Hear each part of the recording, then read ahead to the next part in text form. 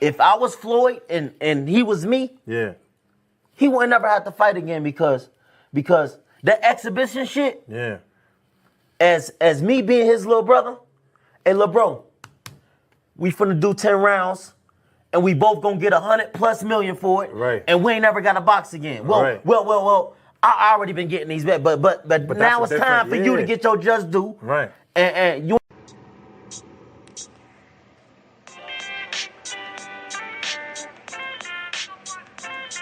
Yo,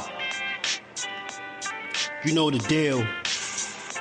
We back again. We never slacking.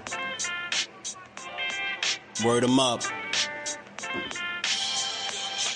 Ladies and guys, whether if you drunk or you high, it's time to pay respects to the illest man alive. If you think you got a point, he'll shrink you down to size. And from there it's downhill like a slinky or a slide. Open your eyes, got a deep connection with the rise, so you might see them jump in whenever they go live. Peep it, this channel blowing up now, it's not a secret. With tons of exclusive interviews to listen to. Them other channels I hate, but yo, they missing clues. They start narratives, sip the goose and twist the truth. It don't take a rocket scientist to get the proof. Just click the live at 4 p.m. Eastern time. But when you chime in, make sure you keep it kind. But if cowards want to debate, then it's feasting time. My man Jusdu shine busy all the time. Grind 24/7, 365. Videos he might have 365. My rhyme sick, they make you do a 365. You get a rich if you think you fit to survive. It's Jusdueboxing, time to click the live. Ain't no beginners, if you soft, you ain't down to ride. I crush you, respect too, it's Jusdu. He got the illest boxing show on the internet. The boy been a threat and he ain't even had dinner yet. Word 'em up. Yeah. You know what time it is.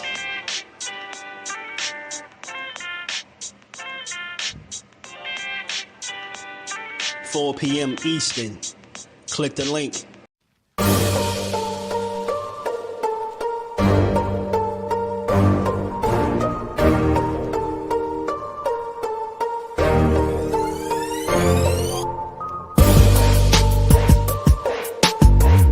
The JBT is back at it again, y'all. This time, amazing raffle for the holidays. You know, replenish the pocket. Sometimes things go grim and, you know, you spend a little bit more than you anticipated, but we're here to help you out. $5 to get you in, $20 to get you in 5 times. For winner takes half. Hold on. I didn't know that was the details, y'all. Hold on. Cut. Hey, Remo. Hey, yo, Karen, why y'all ain't let me know that the prize was winner takes half? Now, this is dope. It's been running for some time now, silly. Is JBT a content creator ought to get into this? Absolutely not. Are you crazy? No. Nope. Wow, that's crazy. No content creator, just JBT supporters, sorry. Whatever. Bye. Like I was saying, $5 to get you in 1 time, $20 to get you in 5 times. Winner takes half. You can't win if you don't play, man. Jump in the raffle. JBT Network 1 is the way you get in. Leave your name and the means of contact. And enjoy the holidays. What's good? Shout out to the family on this good Wednesday. We back to build on this boxing and give it its just due how we always do. You already know, catch this. If you catch this on the playback, smash the like button, sub to the channel. Make sure you turn your notifications on and come say what up to the family. Shout out to my JBT fan, man. Everybody that's in the raffle. You know, the raffle was up December 21st. So we're going to be making a push to make sure that we can give back a good bag for the holidays. And quick correction in the video. He said we were giving away half the bag. It's a correction. We're giving away the entire bag. So, you know, if you enter, you win, you got a chance to win the entire bag. $5 to get you in, $20 to get you in 5 times. I thought of something a little earlier. I'm going to go a step further for the people that send cash apps. You send anybody that cash apps more than $10, I'm putting you in the raffle myself. I'll take it upon myself, put you in the raffle. Hopefully you could win. And, you know, good luck to everybody that's in the raffle. And we appreciate the support. And we're going to make sure we get that bag back. so y'all can replenish the pockets. You know, not half the bag, the entire bag. So if you cash out more than $10, you getting put in. I'm taking it upon myself. I'm going to put you in a raffle and give you a chance to win. But now that we got that out the way, shout out to everybody in the building, man. Let's build on this boxing. Where we at on the likes? Are we at 1 million likes yet? Not yet? All right, man. We're going to keep working till we get there, man. Big B-Lo, what's good with it, my guy? Conor Benn is most known for getting popping PDs and being the son of a living legend. Yeah, man. Wait till you hear how he was talking today, Big B-Lo. He was talking crazy. Banks, what's good with it, my guy? 2 cents. Blunt Sports, my guy, man. Shout out to you, bro. Ace, my guy. Freaking Fly. What's good with it, Frequent? How you feeling? No sipping goose and twisted truth, you know, tired ass Cowboys fan. What's good with it? Mike Rhyme, A1 Hoop Zone, Cornelius, my guy. Gertz, what up, fam? Yeah, man. Let's get to the 1 million likes, 1 million subscribers. We hitting the goals, man. We trying to hit these goals every single day, and we gonna build on this boxing every single day. Y'all already know how we do. Now let's get to it. Let's start with the short stuff. It ain't funny, but it's funny, man. Hey, man, how they out here? Yo, why y'all see? I thought we was a family. Why y'all letting them chase Floyd around? And why y'all letting them people bother Floyd out there in London, bro? He out there minding his business. He's shopping. Y'all got folks approaching TBE like they don't know no better, man. They gotta put some respect on Floyd's name, man. Crucial content. What's good with it? The Butcher, what's good, fam? Shout out to everybody in the building, man. Make sure y'all punch the like button with your favorite punch, man. Whatever it is it a jab? Is it a hook? Is it an uppercut? You know, make sure you sock the like button out. Yeah, man, they got people chasing TBE in the streets, man. They're just not gonna stand for this, man. We're not gonna stand for this, man. 50 and 0, y'all out here playing.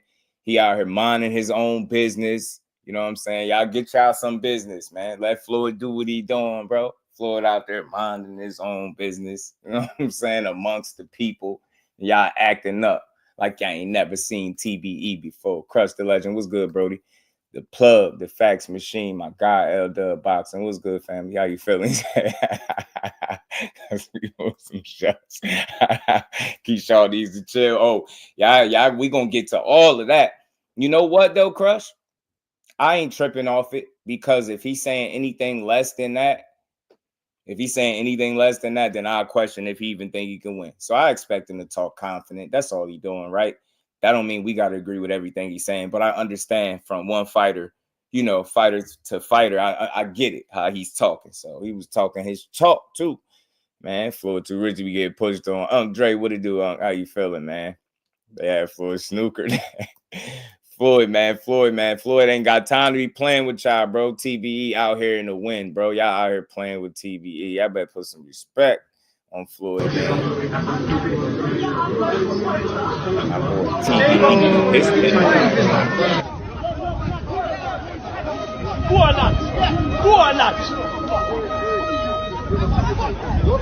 Money Mayweather just got punched up, bro.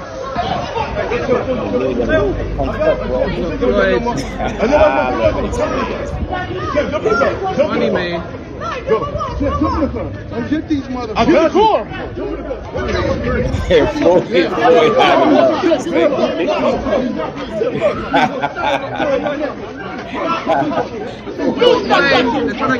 Man, do your job. Floyd looking around with bro. We ain't bothering nobody. Mind y'all business next time, man. Mind y'all business next time y'all see TBE out, man. You know what I'm saying? He ain't messing with you, so why you messing with him? Nah, man, I just had to laugh about it. But this is Floyd's statement for all those people that was talking about it, because I know we talk about everything over here. All boxing, talk about it all. But I seen people making a big deal out of it. I thought it was light, bro. That shit is normal, man. I hear they got an issue with his stance or whatever the case may be. So they call themselves pressing him. I mean, that's clown activity, bro. You can't really gain nothing from that. You know what I'm saying? You're not beating Floyd up. You didn't beat him up. It don't look like he got touched. It looked like they tried to be extra, but his bodyguards and his people took care of that and diffused it, and as they should. On to the next. Shout out to Floyd, though.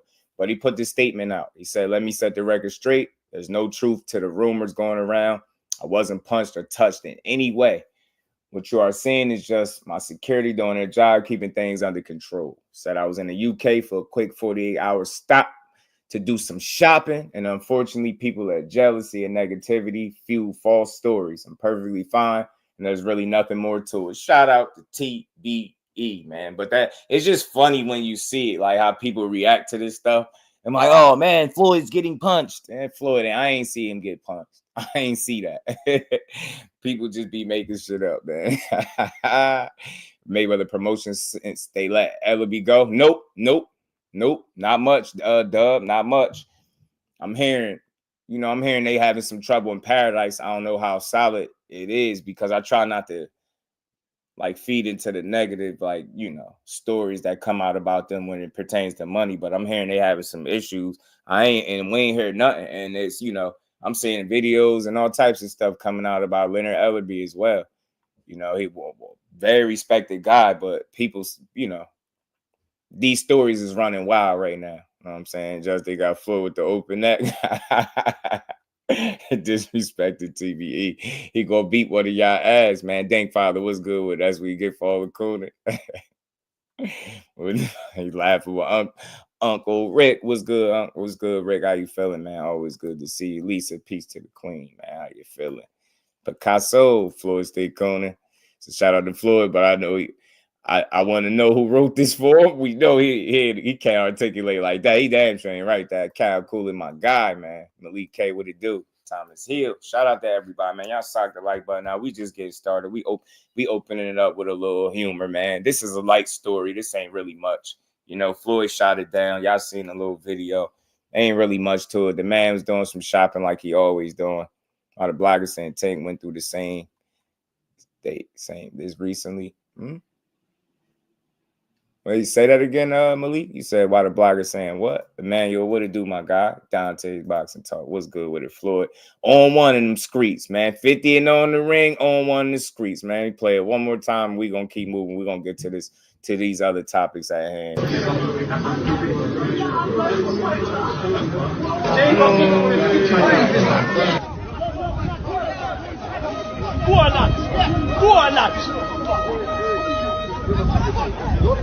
Money Mayweather just got punched up, bro.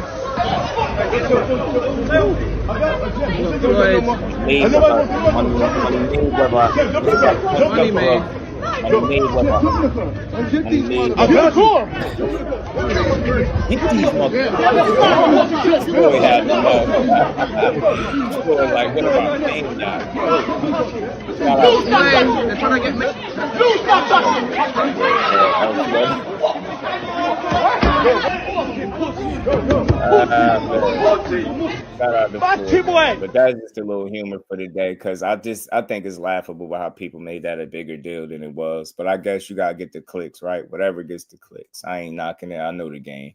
I know how it go. Let's keep rolling, man. Let's keep right on rolling.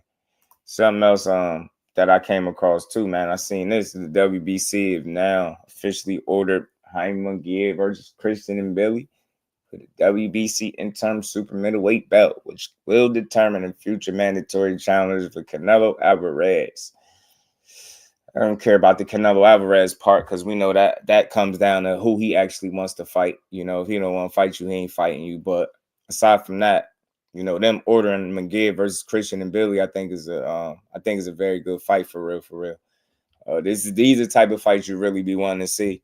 We've been wanting to see Munguia fight tougher opposition. I think Billy is pretty damn tough. You know what I mean? That dude, he only know one way, and that's kill. Like he come forward and try to hurt you. And Munguia is the same way. That'd be like two trains on the same track. For y'all casuals that need to see a knockout and y'all need to see Rock'em Sock'em Robot, you might get it in that fight because those dudes are not known for defense. They're known for coming forward, chucking heavy leather and trying to hurt you and get you up out of there. So, look, I think it's a good fight. Shit can go either way. It's like whoever land first type deal. You get me? They both got some punching power. Jaime Munguia is a offensive buzzsaw for real. That dude make an entertaining fight with whoever he fight. You get me? But in Billy, undefeated guy. Jaime Munguia coming off the one loss. just having a one loss with Canelo, he got a ton of experience in that fight. You never know how it could play out. You know what I mean? I think it's easy to say after having that Canelo fight, he got more experience out of the two, right? So it's a good fight, man. Just because they order something don't mean it happens. But in this case, I hope it does. I hope this do come to fruition because it's a fight that I think everybody could enjoy. It's an all action type of fight. You get me? Like I feel like whoever land the real one first, because that's how them dudes. That's how they come. You know what I'm saying? They only know one way, and that's to destroy. And it's come forward and try to hurt and knock you out. And that's both of them. So, like I said, 2 trains on the same track. I love to see that type of fight. Joseph, what it do, fam? Then just got punched. I got punched up, bro. Shout out to my baby girl, the queen, Miss Just Do. How you feeling? Don't work too hard, baby girl. Shout out to Dre, man. And the queen, Lisa. How you feeling, man? AJ64. Shout out to AJ too, man. They both were top rank. You know what I'm saying? Seem like it's something that can happen, and it need to happen, right? It's a good fight. It's a good fight. So let's see what comes of it. We know, like in the past, like I said, when they order things, it don't always come to fruition. But in this case, I just hope this is one of them that actually do happen. Hope both parties involved are on the same page. And I just hope this is a fight. They just need to put this fight together. You know what I'm saying? Let's see it. Let's see it, man. I don't care about, like I said, I don't care about the Canelo Alvarez portion because he gonna do what he do. But those are two, Jaime McGee is still a young guy, got a lot of fights, and Billy's coming up, strong, hungry, athletic guy. Should be a good fight if they can put this one together, So I like it. I like it. So 168 lining up from Canelo dip out. It's crazy. Mr. Empire, what it do? He got 68 on lock. 68 on lock, Capone. Ain't no way for correlate Keyshawn take his spot. Nah, man. I know that fight fans like to look at things like that, but Keyshawn can never take Shakur's spot. Keyshawn can only do what Keyshawn do, and that's take the fights that's available to him. But it'd be pretty funny to me if he do get the fight because it'll furthermore shoot down the false narratives that people been pushing across YouTube for the longest. It's funny now that the Keyshawn thing is a hot topic with Tank, right? It's funny, but not too long ago, I was being told that, you can't make no fights with top-ranked fighters. And the last time I checked, Keyshawn Davis is a top-ranked fighter. So I'm not against none of these dudes getting their opportunities. I can't control the order of the fights being made and who get what first. I could just support it and enjoy it. Shakur just got to keep doing what he doing. It's important for Keyshawn to keep doing what he doing. I seriously doubt him getting that fight before Shakur, but this is boxing. Anything can happen. You just never know. But nah, there's no taking of the spots. That's just something to say when you want to, talk a little bit of trash, right? And talk some shit. But at the end of the day, in order for somebody to take Shakur's spot, you're going to have to beat him, just like any other fighter, not just Shakur. You know what I mean? I'm not impressed with, opportunities come when they come, and it's just up for them fighters to take advantage of it. Shakur has got his career, he got, his situation over there. We're going to talk about some of that because Eddie Hearn also listed 3 fights. He had like a 3-fight plan for Shakur. And one of them, involved who. So no surprise there. But like I said, the business of boxing is going to always do what it do. But in the meantime, I think it's important for these fighters to, take advantage of the opportunities that they presented with in this fight. So this is how I'm on it, bro. I'm not so much of a fan of a fighter where I don't want to see somebody else shine or eat. If Keyshawn Davis is a Tank fight is in line for him, so be it. You get that man to fight. If Shakur and Tank Davis is next, give us the fight. Get them guys to fight. But like I said, it's just so much shit. You got people that's paying Shakur out to be a duck, so they saying the fight ain't gonna happen, even though you got the fighter saying he ain't fighting them. Like, it's a lot. So just gotta wait and see this shit all play out. But at the end of the day, I stand for boxing, man. I just want to see great fights. Keyshawn feel like he ready, and that opportunity cross his desk, like he said, he taking it. You know what I mean? And speaking of him, we're gonna talk about him because he has some interesting things to say in this interview that he did about Tank. And, listen, he just speaking like a fighter. That don't mean we got to believe everything he's saying or agree with everything he's saying. But I don't expect him to really say nothing different.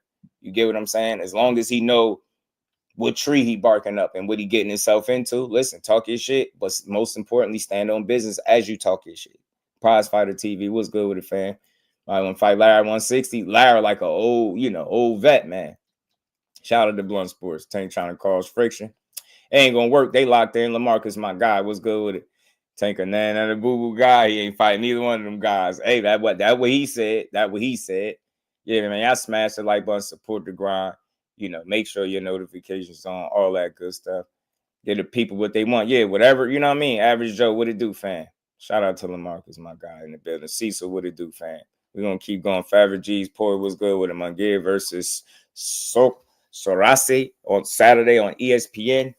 That's cool, but this is a juicier fight. Shout out to Poy. This is a juicier fight to me. You know what I mean? I don't know much about the that other guy that you mentioned, but I would like to see this fight personally. But like I said, just because they ordered it don't mean it'll happen. We just gotta wait and see. But let's keep rolling, man. Let's keep talking this boxing. Let's keep building, man. Mills Raw was good with it, fam. Thanks to the chat, one of the most objective, unbiased channels on YouTube. That's real.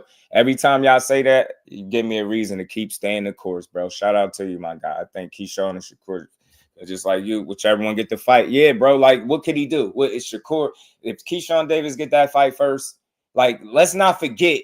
In order for that to be the case, that means the other guy had to want that, right? So let's never forget that. So for him to get that, so what? If that's what's in the cards, let's see the damn fight. I'm not here to cry and complain and, oh, well, he deserves it first. He was there first. Look, fight who wants to fight you. Take the opportunities as they present it. You, if I'm Keyshawn and you got an opportunity to fight a Tank Davis, you better take it. You don't look over at Shakur. Shakur gonna be all right. He gonna keep doing what he gonna do, and it's important for Keyshawn to stay the course and keep doing what he doing. I'm busy. What it do? Chocolatito versus Maloney. Winner faces Bam is an eliminator. Yeah, somebody DM me that too a little while ago. Shout out to Gertz. It won't be Key. It's gonna be Core. You know, at this point, I just want to see. You know, Zoom versus my guy. What's good with it, bro? Great news possible. Davis versus Davis fight. They eating it up now. I love it. Person like me love it because when you love boxing, everybody that was pushing all them weird ass narratives for your favorite fighter, they falling down one by one as time go on. Like I always say, time reveals everything. So if Davis and Davis is what it is, you know, let's see it. But that has shocked the hell out of me. I'm gonna be honest with you. Because we not too long ago they were just saying Keyshawn clout chasing. He talking crazy. He ain't could do this and that to him. Well, if you thought he was talking crazy, then wait till you hear this clip. Roll the clip. Y'all punch the like button. Let's roll. I want to fight Tank as soon as he send me a contract. Only thing I can't compare with him to is his money. But outside of money, he can't compare to me. You're not smarter than me. Your team not better than mine. You're not better than me. My defense is better than yours. I got that one punch knockout just like you do, right? I just knocked somebody out that was 160. He never fought nobody 160 before. So what happened when I put my hands on you? You know what I'm saying? Like, he can't compare to me in nothing. Not smarts, not heart, and not skill. I can't compare to him in fucking money. But we can get there. Nah, I want to fight him now. I'm going to fight him real soon. Like, I'm ready. 12 fights in. I'm ready. Fans never seen nothing like me before. I'm undeniable, but, you know, people that seen Tank for over 10 years now. He's 30 years old. You know what I'm saying? Like, he been around way longer than I've been around. So, of course, he gonna have more to sell to the fans. But I'm starting off at a high rate, and I'm moving very fast. But in terms of skills and ability, I got more than that than him. And I'm tougher than him. I know that for a fact. And look, that's how any fighter better talk. You talking about fighting a guy as dangerous as Tank that could put your damn lights out. You better feel like you better than him. And I mean every bit of what I'm saying. Why I don't have I got zero problem with what Keyshawn is saying, because he's supposed to say it. He is supposed to say that. He is supposed to say everything he's saying. If you don't believe that you better than that man, you bet not even get in the ring with him, because I don't see no scenario where you beat him. Let's always put this in perspective, y'all. He is only speaking like a fighter. Don't take that shit personal.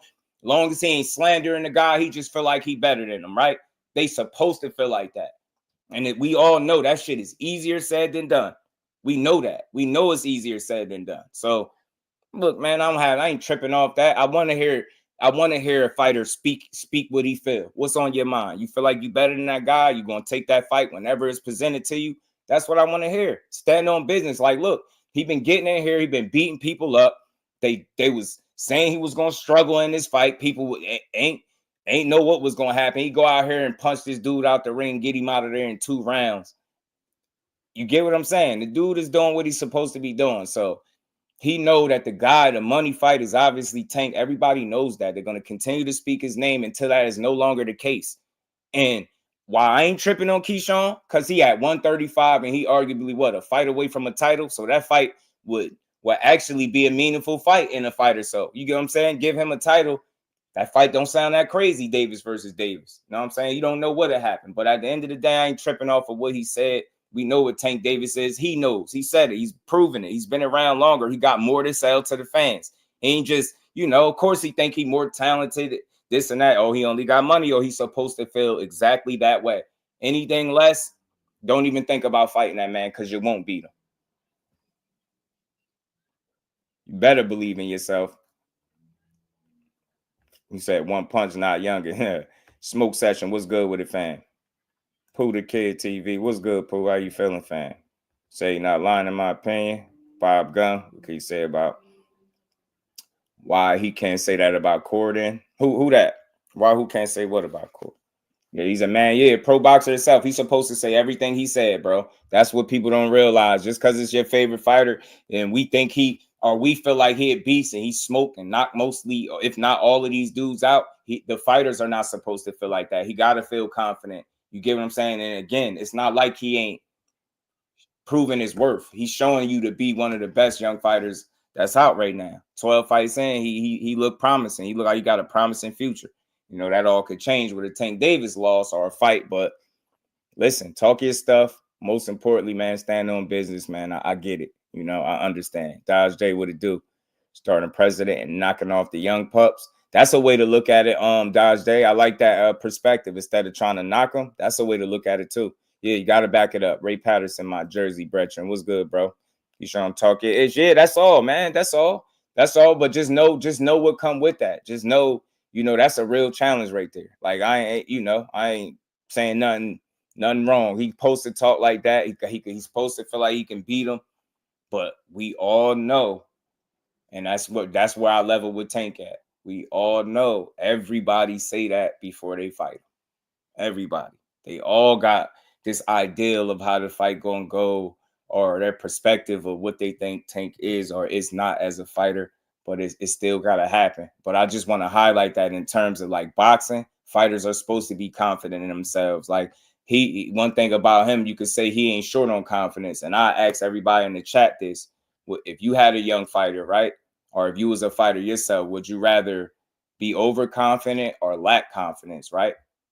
If I had to take a pick, I'd just be overconfident, because I ain't about to be lacking no confidence. You lack confidence in the boxing game, that could be it for you. You get what I'm saying? So I like the way he talking. I like his energy. Most importantly, just the fact that he's been proving it with the fights that he's been provided with, right? The opportunities he's gotten, he's taking full advantage of them. Now he got to continue to do that. We all know that's not next for him. He knows that's not next for him. And that Dennis Baranchik is a great fight for him. And I think, once you get a title, now you can call for any champion you want. It's not a clout chase. That's why I'm telling y'all, it's only a clout chase if you really don't want it. It's only a clout chase if you really you ain't working and trying to put yourself in position to work towards what you're saying you want. And that's what he doing. He doing it the right way. So you can call for the top guy, but you better be ready for that, because that's real smoke over there. We all seen Tank fights. We seen it from the beginning of the journey. You get me. That's top level, man. That's top shelf, as they call it. John's Garage, what it do, fam? How you got Tank will fight Keyshawn? I think it's a little early. Rise podcast. What's good, seeing? How you feeling, my bro? Dre Smith in the building. Tank gonna give you what you're worth. Yeah. So that's what I'm saying. Just do too. Yeah, man. They all say that. And it's not, that's not a knock on Keyshawn, but I'm just highlighting that. They all do say that. Tank tells you that. They all say that before they get in the ring with me. You know what I mean? Then they get in there and they got to find out. But I'd rather be a guy that's confident in myself until I find out that I'm not better than that guy than to go into any fight feeling like anybody is better than me. This is boxing. You can't think that way. If you think a guy could beat you, then he probably can. So that's all. It's just a little bit. It's a lot of confidence on his side. Like, look, he ain't shy. He ain't shy with his words. He said what he said, but you know, just keep working. You know what I mean? Just keep working. You close. You very close to a title. And like I said, once you are a champion, champions could fight champions. I don't care if you got 12 fights, 10 fights, 13 fights. Once you grab a legit piece of a title, you hold with a championship.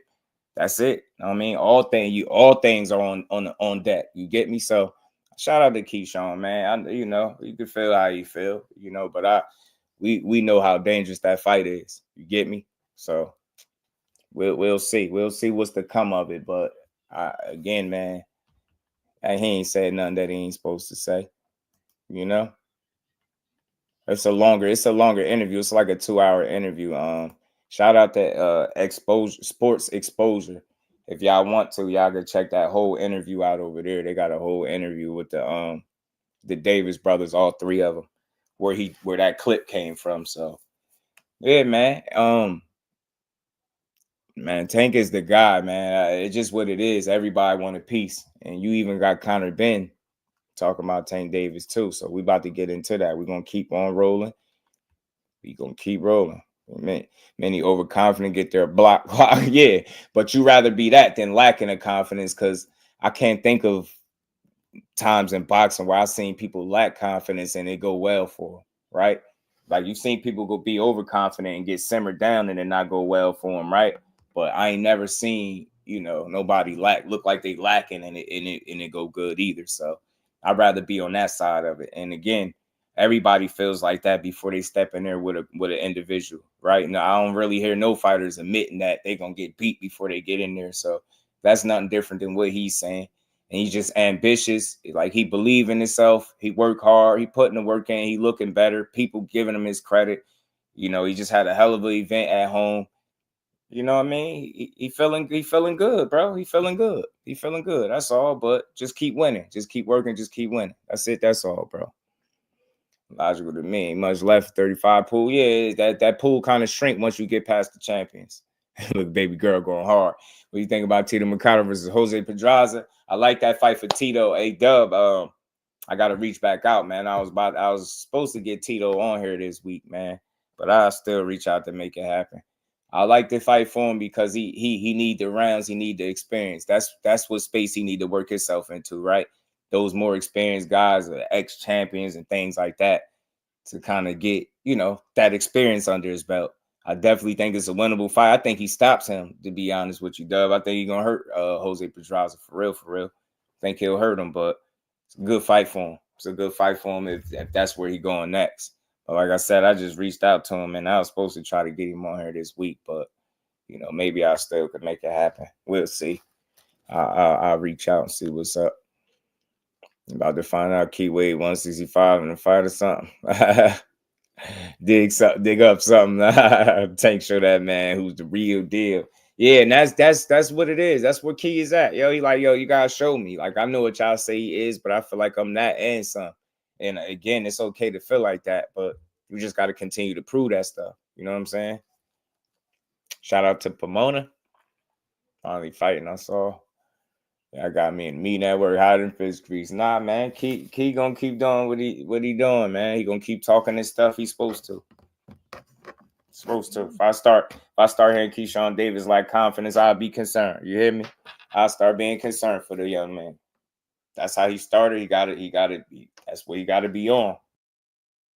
There, just stand on it. That's all. And I don't think he ain't willing to. Like, I hear the whispers about the Davis versus Davis fight. You know what I mean? Shit, you know, anything could happen in today's boxing. But shit, we just seen Mike Tyson fight Jake Paul, didn't we? And I know people like, he's old. That's my point. He's 58 years old. He was in an actual boxing ring with no headgear on. Now, given and granted, it was a glorified sparring match, but you get my point. Shout out, support the channel for hours of great cooking. Shout out to my baby girl, man. Shout out to the baby girl. And we ain't never got to box again. Well, right. well. I already been getting these back, but now it's time for you to get your just due. You know she ain't playing. She be in the cut, man. Miss Director Do in the cut. All right, let's get to this, man. We're gonna get to this. Like I said, everybody want a piece of Tank, man. Everybody. Conor Benn been talking crazy, man. Conor Benn back. He back, as he said his name. You know, for me, putting a pass behind him, and he calling people out. Right? What he doing? I don't care. The boxer say get in the ring, prove it out. I mean, now you got knock me out. I respect that. That's all he's saying. And he's supposed to say exactly that. Like I said, anything less will be uncivilized. But talk is cheap, y'all. You gotta be able to prove it. And it ain't, that's walking in the landmine. That's like walking in the landmine mess with Tank. So, but let's see it, man. My last 2 fights has been in the US, in Florida and in Vegas, which was a pleasure, but I always get shown love over there. So whether I win the title back home at the O2 Arena or I'll come to America, it feels like my second home. With the Barrios fight, I think it's a very good fight. It's going to be an action-packed style-wise. Bro said Ben fresh out the feds. Fresh out the feds is crazy. Yo, y'all nuts. I ain't messing with y'all today, bro. I ain't messing with y'all, man. Shout out to my guy, DL, man, in the cash app. He said, just do tweak LOL, Tank over all these dudes. No. You never hear me say Tank ain't gonna beat somebody, right? Like, I feel like I know what he is as a talent, but I'm completely cool with other guys not bowing down to him and sounding fearful, right? Talk is one thing, but you got to really be able to stand on that when that opportunity presents itself. That's all I'm saying. I'm not, listen, I love Miss Just Do, you know what I'm saying? And I rocks with my boy Keyshawn, but you ain't no way in hell you're going to get me to say that he'll beat Tank right now. That's sorry.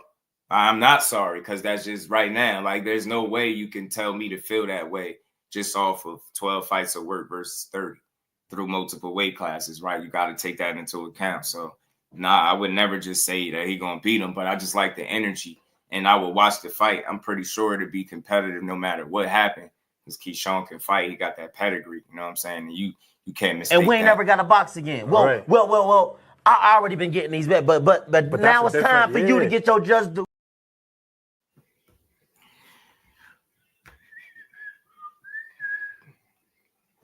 I said that's you, bro. I said DL because I don't know if y'all be wanting y'all whole names shouted out, bro.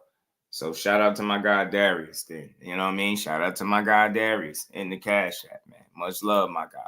I got Keyshawn. I ain't mad at it, man. I don't count him out the way people count him out. And no fight, I think you just give anybody a fighting chance, especially when you really can fight. You know what I mean? But you can't. It's hard to go against a guy that's as proven as Tank at this point versus a guy with 12 fights. It's not really much of a debate for me, but it'll be a damn entertaining fight for as long as it lasts, for sure. But let's hear what Conor Do you want Benn that fight to be in the UK, or is there anything on their end where they're like, hey, come to America? Do they prefer to go to America? No, from what I'm aware of, I believe Barrios wants to come to the Lions Den. Yeah, he wants to come to the Lions Den. I feel like it would be a great experience for him. Yeah, say that. As well as being in the United Kingdom, I know getting a feel for the British fans. And when the British fans are behind you and they support you, they come out in multitudes. So for me, the homecoming, it'll be about almost 3 years since my last fight in England.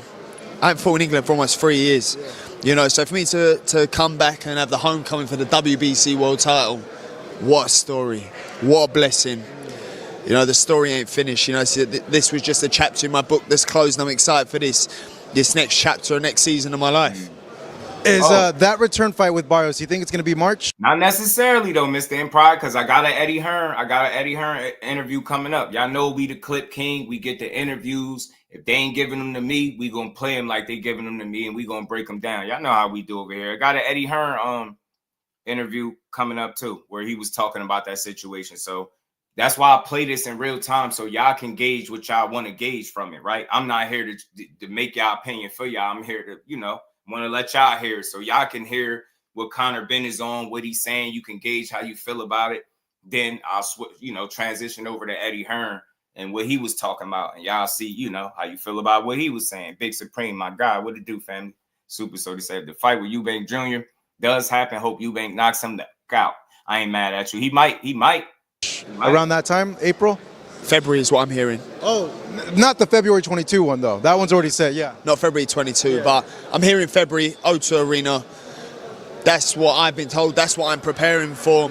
My weight's going well. You know, I've dropped down in weight massively from what I was. So for me, I'm a 147 fighter. I'm most dangerous at 147.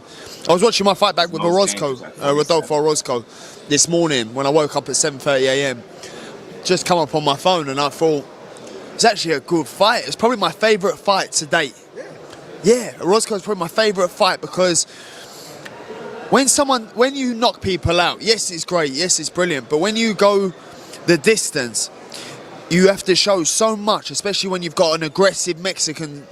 Oh, no, he didn't say that. Did he? Where them casual fans at that be talking all that knockouts? Just Do wasn't right. This ain't coming from a fighter, whether you like him or not. Said when, yeah, it's great to get a knockout. And I said it, I love a knockout just as much as the next man. But when you go the distance, it's not to take away from somebody that got a knockout, but it's to highlight what has to take place when a person goes the distance in a fight and dominate. You got to show something, and you got to show it round after round after round after round. So I appreciate both approaches. I appreciate a person that is like, yo, we don't get paid for overtime. I'm getting you the hell up out of here. But I also appreciate the person that say, yo, I'm going to outclass you round after round after round. If a knockout come, it come. But other than that, I'm going to outbox you. You get what I'm saying? I'm cool with both approaches. Because in both, you got to show a lot. You know what I mean? It ain't easy to get knockouts. It's not easy to dominate people in 12-round fights. You just seen a youngin' get his first 12-round fight, struggle, get dropped, miss the stool, all types of shit.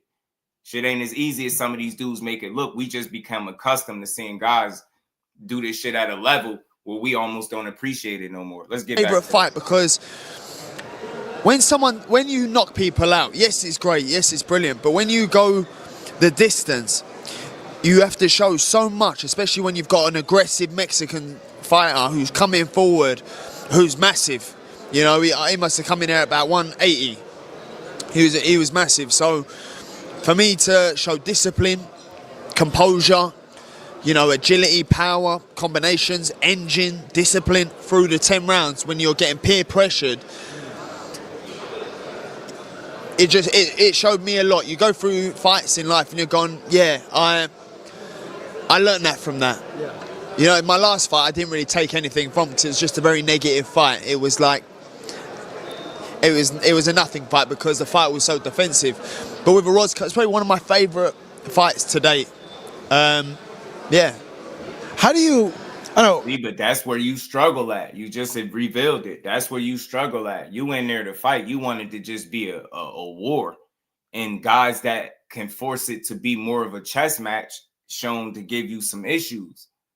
So again, some of these matchups that you calling out, they might seem appetizing on paper. You might think you got the ups, but not 100% sold that you beat Mario Barrios. I seen the way you looked against Dobson. You get me? And I'm not 100% sold that Barrios win the fight because I just seen the way he looked against Abel Ramos.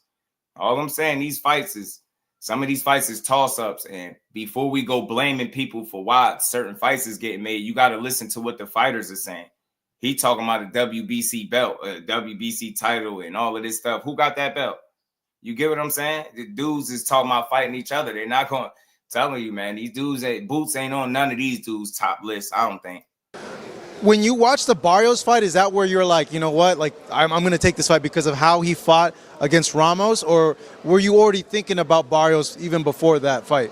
Hey, do your research. Do your research. Yeah. I've been calling for him. Well, you've been calling for everybody. I've been calling for Barrios for almost 2 years. But is it because the way he looked where you jumped in it even more like, hey, like I need to take this guy like right now because of how he looked in that last fight? I haven't watched the last fight, but what I do know is it was a draw. I rate Ramos as a fighter. I think, again, he's a tough fighter, South American that comes forward and, you know, really pushes his opponents. So, listen, we have bad nights in the office. Everybody has a bad night in the office. I mean, my bad night was maybe 4 or 5 years ago. Apart from that, every fight's just learning. You know, I feel like... I mean, you just said your last fight was a nothing fight, though. That's about it. I say that. I say Norman is. I agree with that, Butcher. I think Norman is. Norman is. But this dude just said his last fight was a nothing fight. I don't know what you talking about. That wasn't a good night in the office. You didn't look your best. You get me? So even on my worst day, my good, bad bro. days are still good days to some fighters. You know, I'm never in trouble. I'm never hurt. I'm never, you know, having a war with someone I need to have a war with. It may not be the highlight show reel knockout that everyone wants.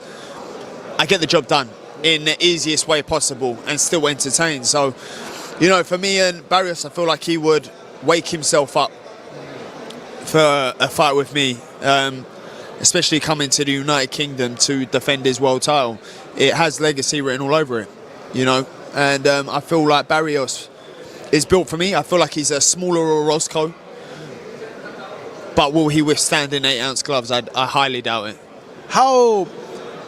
What's left to get it pushed over the line? Like, how certain that it is going to be Barrios? Said he don't think Barrios will last in 8-ounce gloves. This I have to see. The only person to knock Barrios out to this day is Tank Davis. So to see him knock Barrios out would be something, right? I ain't saying it can't happen, but he'd be the second person outside of Tank to do it. Now, I'm not saying he didn't. I wasn't comparing Dobson performances, Big Supreme. I'm just strictly talking about him. You get what I'm saying, and how he looked in that fight, because he talking about his worst moment came 4 or 5 years ago. Maybe, but you still didn't have your best moment in that fight. You didn't look at your absolute best. You hit me. And Jalil Hackett was what? That was what, his 9th fight as a pro, I think, fighting him. Much different point of when he fighting him than when Conor Benn fighting him. So it's expected for him to have some growing pains within the fight. This guy always talking like he just dominate and win with extreme ease, and we didn't see that. Pete Dobson was, you know, sturdy in there. You get what I'm saying? Opulent was good with it, bro. How you feeling? Ben might stop Barrios. It's possible, but he'd be the second person to do it outside of Tank. You get me? So, or he'd be the because I'm hearing there's still negotiations with Eubank happening. You have to show me. Bruce Gass, yeah, that's the only. I'm ready. I want Barrios. I've told the team, make me Barrios. Instead, that's the priority. That's the priority for me. It's there. It's right there. To come back off 2 years, 3 years not fighting back in the United Kingdom, to come back and win the world title, who many believed from the start said I couldn't. You can do anything you want to do in life. Even me being top 3, top 5 ranked in every governing body, you can do anything and be anything you want to be in life. It all just depends on you. How far are you willing to go? And I want y'all to, I want to highlight something. Do y'all hear what his focus is and what he's saying? He telling the team. He's saying he telling his team to get him the Barrios fight. I know people keep saying like, well, what about Boots? What about Boots? They act like he wasn't just trying to, you know, negotiate with Brian Norman to get him a unification there. So I understand that, you know, people feel like Boots should be the primary focus, but let's not forget that he just fought. And right before he fought, they was just negotiating with a guy that would have been a unification for Boots had they come to terms. So I just want to point out that I don't think it's Eddie Hearn trying to, you know, be underhanded by getting Conor Benn an opportunity. That's his fighter too. Just switch roles. Say if he was promoting Boots as long as he had Conor Benn, we would be expecting what? Him to look out for his guys. So that's it's no different what he doing for Conor Benn. Just because he's promoting Boots and Shakur don't mean he stopped promoting Conor Benn. Don't mean that's not his guy. We seen how he went to bat for him even when he had Pop dirty. You know what I'm saying? He still was trying to get him fights. So, you know, now that his name is clear, he definitely not going to stop trying to get him fights. But like I said, when I played his interview, he spoke about Boots as well and what the plans is. So I think he just trying to put all these dudes in position, but he wasn't speaking about 54 the way people are saying. I know people think he's trying to force Boots up there, but that wasn't his focus. He was sounding like he want to get Boots what he want. You get what I'm saying? Eddie makes that fight, but can't make it for Boots. I don't think it's that he can't make it for Boots, D, for the win. Just look at it this way, bro. It's not just up to Eddie alone. Listen to what Conor Benn is saying. He ain't saying Boots is what I want. That's number one. He's saying the WBC belt, which is Barrios. So if you're my promoter and you've been promoting me and working with me, right? You would think you gonna try to get me that fight as well. But on the flip end, it's still other champions that he's figuring he's gonna get for Boots as well, because Eddie Hearn in his interview that I'm gonna play after this is over, he made a promise. He promised. He said Boots is going to be in a unification next or a big fight. You know what I mean? He spoke briefly on the Tiafimo joint. You know what I'm saying? So we're going to talk about it. Y'all smash that like button. Let's keep rolling. What are you willing to get here? So for me, it's all about the story. It's about the legacy. It's about the green and gold belt for me. For me, that's when you know you made it in boxing. So let the team handle negotiating you. I say, listen, if this fight ain't done, you know, imminently, then I don't care. It's a bit worse financial decision. No problem. No problem. I'm going to get paid. I get paid. And I'm going to continue to get paid. I'm at the start of my career.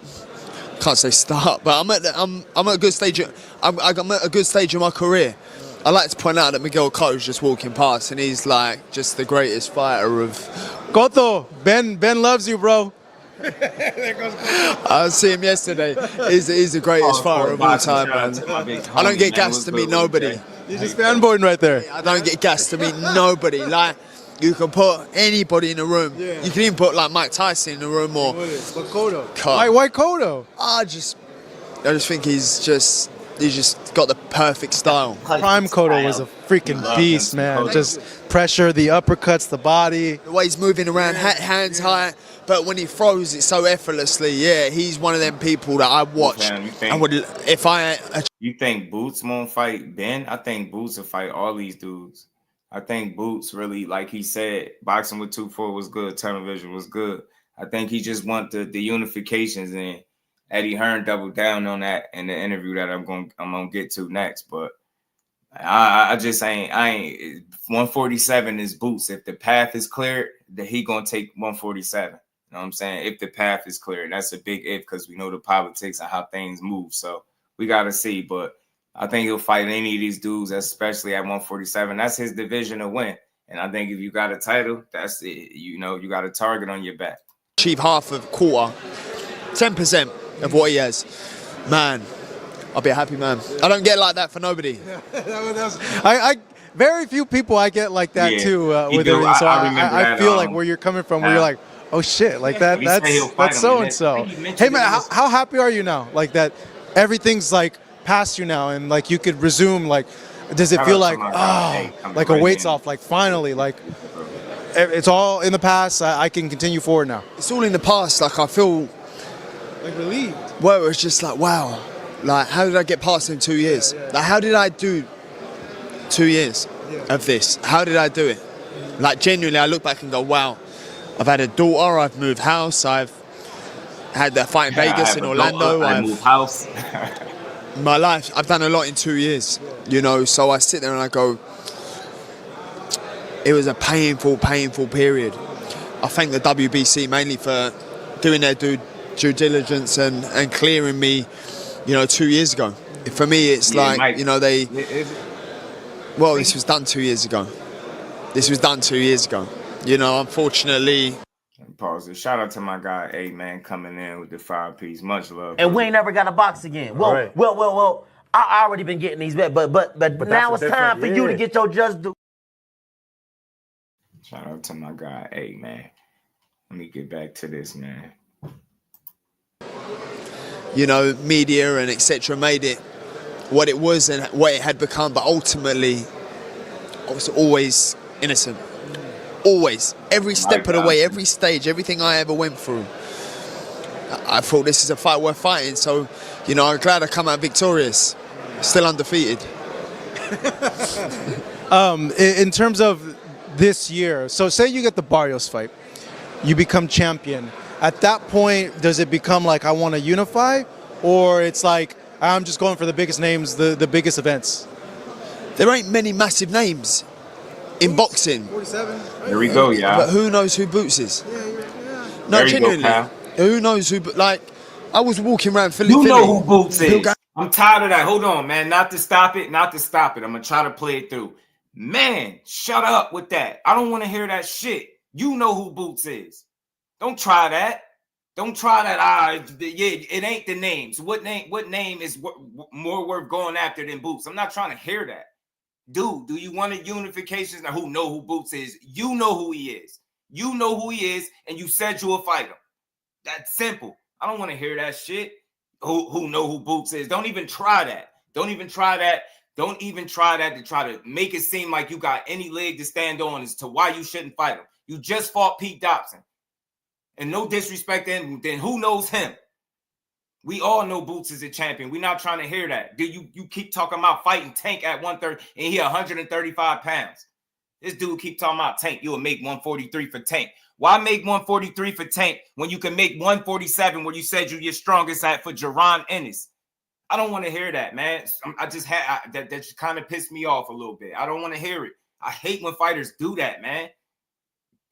From fighter to fighter, yo, you know that dude is worthy. Don't start talking about who knows who. You know him. That's all that matters. You know him. The guy that promotes you know him. Yeah, everybody know who Boots is. You paying attention to 147, you know who Jaron Ennis is. We're not trying to do that. Hell no, Conor Benn. Don't do that, bro. Just say you don't want to fight him then. You better off saying that, because don't start it off with who knows him, bro. You know him, and you know he could fight, and you know he real. And if you think he not that, you have an opportunity to prove it, especially if you get your hands on a title from fighting Barrios. You definitely better look to fight him. I don't know what you talking about. Who knows Boots? Don't start that, man. Don't start that. We get it, man. We get it. Your pops was that guy back in the day, and people know you simply because of that. And in your own right, you've made a name to in your own right. But we not about to start doing that. Who don't know Boot, man? Nah, bro. Fight him. We don't want to hear who don't know Boots. Get your ass in the ring and fight him. You know him. No, Conor Benn, man, big fan. Big round side streets. Then I've gone to Miami, and the same thing then. Oh, you know, while I'm running, Conor Benn, big fan. You know, fellow Americans. You know, so for them saying I'm not in boxing, 47, but who? In terms of this year, so say you get the Barrios fight, you become champion. At that point, does it become like I want to unify, or it's like I'm just going for the biggest names, the biggest events?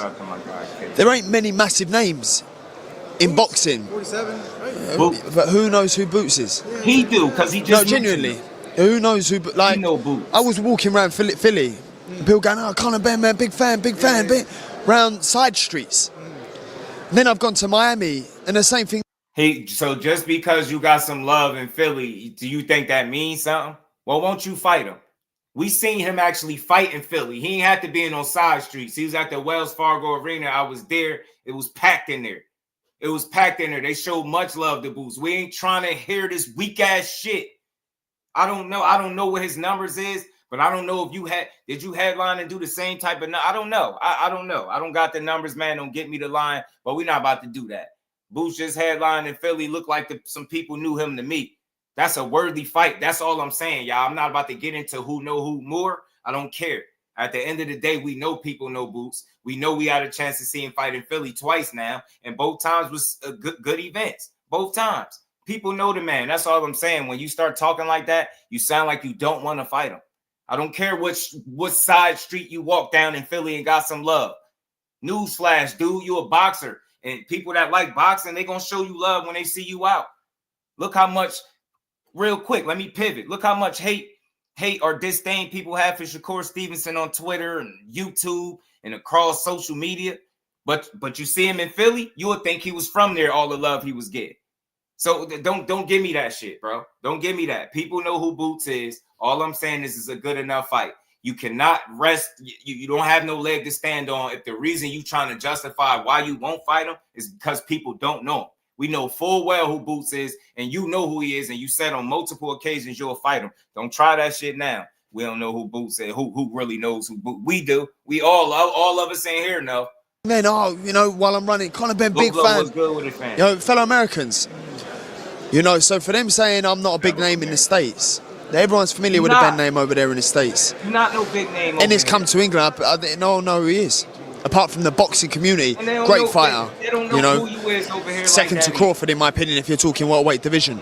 You know, he's that guy. I've made no secret. He said he's second to Crawford in the welterweight division. He's that guy. That's why you should fight him. Let's focus on that type of shit. Don't try that. And the interviewer, don't give him no way to weasel out talking about, are you just trying to make the biggest fights with the biggest names? No. Are you trying to unify was a good question. You should have stopped right there.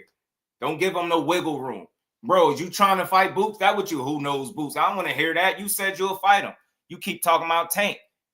I'll make 143 for Tank. You don't have to make 143. You can make 147 where you said that's where you're strongest at, and you could fight Jaron Ennis because you know full well who he is. That's all I'm saying, man. That should just kind of tee me up a little bit, bro. Don't do that to the fighters. And I do the same. Boo's better not say who knows Conor Benn. He ain't gonna say that. Boo's gonna say, yo, if he got a strap, let's do it. That's what Conor Benn should be saying. That's all I'm saying. But I get it if you want to get a belt first. I get it. But he said that if you get a belt you get the WBC belt, you want to unify or you want to make the biggest fight, man, it ain't, you said it ain't no names, but you know who Boots is. You say he is second to Crawford, bro. Get that man to fight and let's go. Not give him the fight, make the fight and let's go. Americans, you know, so for them saying I'm not a big name in the States, everyone's familiar with the Ben name over there in the States. Ennis come to England, no one know who he is. Apart from the boxing community, great fighter, you know. Second to Crawford, in my opinion, if you're talking welterweight division. You know, he's that guy. I've made no secret in calling for that fight. And Crawford is no longer in the welterweight division, so that'll make Boots #1, buddy. You got him second to Crawford, and the welterweight. Crawford is not in the welterweight division. He had 154. That'll make Boots #1 over you. What do you mean? What do you mean? The more he talked, the more I see a reason why he should fight Boots. The more he talked, literally, the more he talked. You got him second to Crawford at welterweight. Newsflash: Crawford is no longer at welterweight. His last fight was officially at 154 pounds. Now that would make Boots #1, buddy. Get your ass in there and fight him with them damn breeds. Let's talk fashion. What's good with it, Remo? How you feeling, Brody? Yeah, man, that's all listen, I respect him. All I'm saying is just don't make that out why you shouldn't make solid fights. I know people don't care too much of Conor Benn since the egg situation, but I'm a real one. Hey, if his name is cleared, that's going to always follow his career. That's something he got to live with. It's next man up. You got to continue the rest of your career. He will make an interesting fight with Boots. He would. He will make interesting fights with the other champions at 47, whether you like him or not. He really would. Dude, because he got some scrap in him. He going to fight. You get me? But I just don't want to hear none of the fighters where the division is already not deep. Don't take fights off the table by making silly excuses talking about, yo, who knows Boots? Like, don't do that. You know him. And you know him so well that you got him ranked right after Crawford at 47. But with Crawford not being there, that would make him #1. And you are there, my friend. So just fight him. Like TR, is it Cap Knight Rider? What's good? I don't think so. I'm gonna get to that interview. I got you. Y'all sit tight, man. Y'all rock out with me. Smash that like. But if you're saying big names, I don't look at him and go big names. I look at big names and go Pacquiao, the Broners, the Kell Brooks, the Khans, characters. People who people invest in, personality, you know, there ain't much of that. I hear them, I get it. Like, I'm not knocking nobody for getting their money and trying to make big fights, but don't give me this Broner shit when you got a Jaron Ennis that's an IBF welterweight champion in your division, bro. How dare you sit up there with them braids in your hair and act like somebody would rather see you fight Adrian Broner than Jaron Boots Ennis. How dare you sit up there with a straight face with some braids in your head and wild out with the stiff braids in your head that stuck to the back of your neck. You bogus as hell. With them braids stuck to your tattoos, you not thinking clearly. No disrespect, man. I want to see real fights, bro. Broner is my guy. I'm going to always rock with him when I see him in the ring, bro. Always. But let's be real.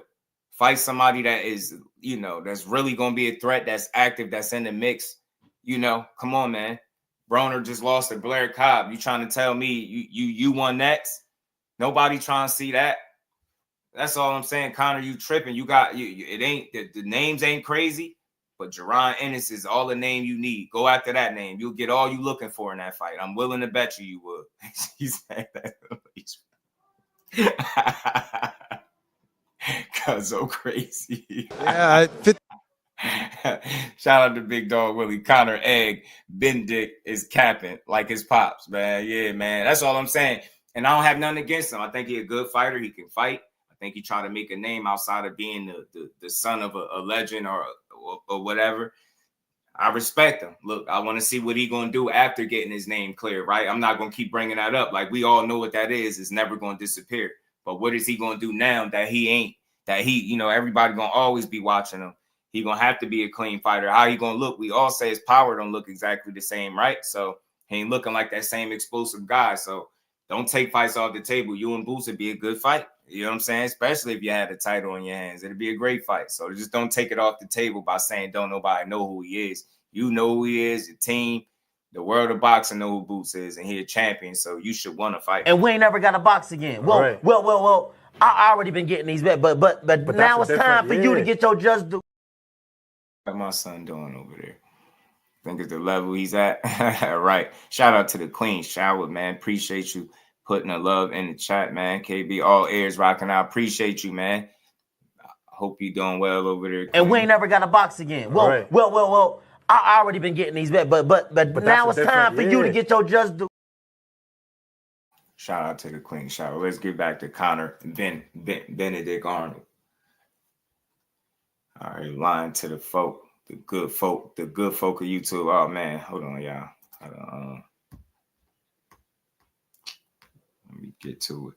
Like I said, man, his focus sound like is he want to fight Mario Barrios, and you got to be honest. If you just looking at things, none of us are surprised by this. None of us are surprised by this. Even the interviewer asked him, "Yo, is it you want to fight Mario Barrios because you seen how he looked in his last fight, or you know that's what it is, bro? You know that's what it is. Respect to you for asking the question, but you know the answer to that question, sir. You know that's exactly why he talking about fighting him as opposed to fighting Boots. You know why? You know why?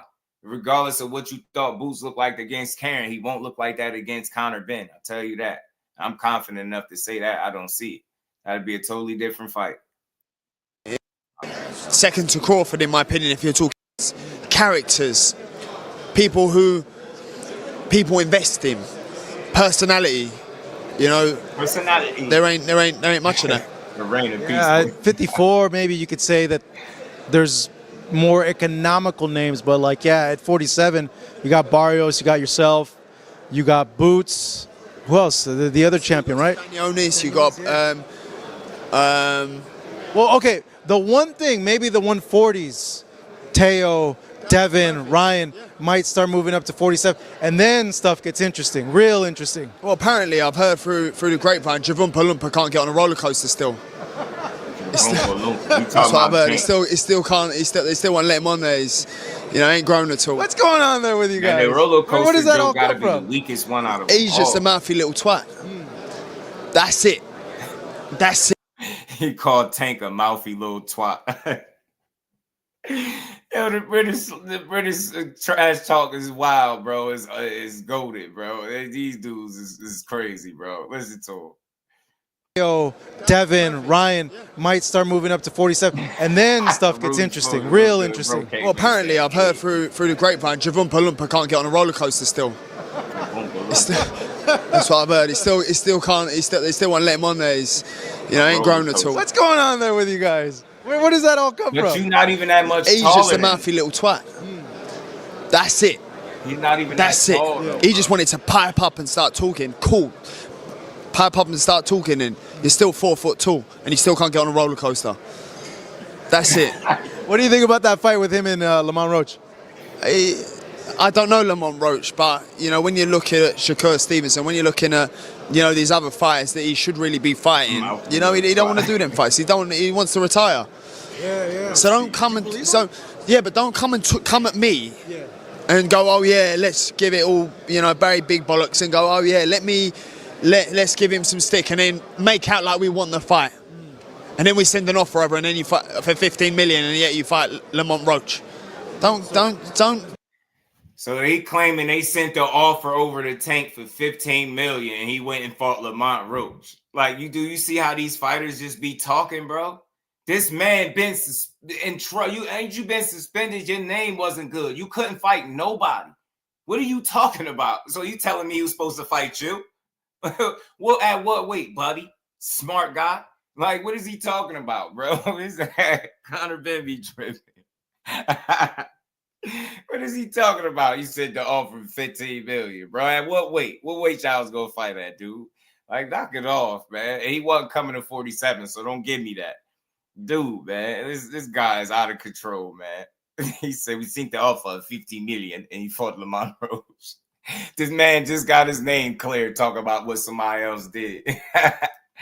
Dragon Assassin, what's good with it, bro? You're still 4 foot tall, and you still can't get on a roller coaster. That's it. What do you think about that fight with him and Lamont Roach? I don't know Lamont Roach, but you know, when you're looking at Shakur Stevenson, when you're looking at, you know, these other fighters that he should really be fighting, you know, he don't want to do them fights. He wants to retire. Yeah. So don't come and but don't come and come at me. Yeah. And go, oh yeah, let's give it all, you know, Barry Big Bollocks, and go, oh yeah, let's give him some stick, and then make out like we want the fight. Let's give him some and then we send an offer over, and then you fight for 15 million, and yet you fight. Rewind that. That's a. No, he don't want to do them fights. He wants to retire. Yeah. So don't come and free community. But what did he say? pipe up and start talking, and you're still 4 foot tall, and you still can't get on a roller coaster. That's it. What do you think about that fight with him and Lamont Roach? I don't know Lamont Roach, but you know, when you're looking at Shakur Stevenson, when you're looking at, you know, these other fighters that he should really be fighting, you know, he don't want to do them fights. He wants to retire. You should be fighting. So don't come and but don't come and come at me. And go, oh yeah, let's give it all, you know, Barry Big Bollocks, and go, oh yeah, let's give him some stick, and then make out like we want the fight. And then we send an offer over, and then you fight for 15 million, and yet you fight Lamont Roach. Don't do that. Do you know what I mean? It was a real offer. That was true then. It was a real offer. We offered. I said, listen, you keep talking shit. My promoter's going to get back to you in 48 hours. 50 minutes. Initial offer sent over. You know, but was it Unquell didn't let him out to play? His boss didn't let him out. What did he just say? That's it. So he wants to talk about 50 million. It was a real offer. That was true then. It was a real offer. We offered. I said, listen, you keep talking shit. My promoter's going to get back to you in 48 hours. 50 minutes. Initial offer sent over. You know, but was it Unquell didn't let him out to play? His boss didn't let him out. Right there? That's it. So he wants to talk about back to you in 48 hours. 50 minutes. Initial offer sent over. You know, but was it Unquell didn't let him out to play? His boss didn't let him out. It sound like he just that's it. So he wants to talk about 50 million. Am I tripping? First One more time, yeah. What is he saying? You know, but was it Unquell didn't let him out to play? His boss didn't let him out. That's it. So he wants to talk about 50 million. First offer. I don't know what First offer. There was room to negotiate. Of course there was. But he's an idiot. I don't even know if he knows what negotiating means. You know, so you got him, and then you had Devin Haney. Well, where are you lot at now? Because I'm free now. I'm free now. All you lot want to talk shit on Twitter or on Instagram. Where are you lot now? Conor. Puss. And then you go, where are you lot at now? Because I'm free now. I'm free now. All you lot want to talk shit on Twitter or on Instagram. Where are you lot now? Puss. And then you got Queen Ryan. Fuck knows what's happening with him. And he'll probably get battered. I think he'll get battered, yeah. You know, listen, all of these lot who piped up, all these Yanks and all these Americans who wanted to say something, where you lot at now? Because I'm free. All you lot can talk while my hands are tied. Where you lot at now? Nothing. No, nothing. So, as I said, for me, I can fight all them lot. I'd even do a catch weight with Japan you lot at now. Because I'm free. All you lot can talk while my hands are tied. Where you lot at now? Nothing. No, nothing. So, as I said, for me, I can fight all them lot. I'd even do a catch weight with Javon Palumpa at 143. Yeah, you can make. I would make 143 for him. That's for him. Special 143 for him. Okay. Yeah. Apart from that, then you got to make sure there's no rehydration, because it might be like the Ryan situation again. See.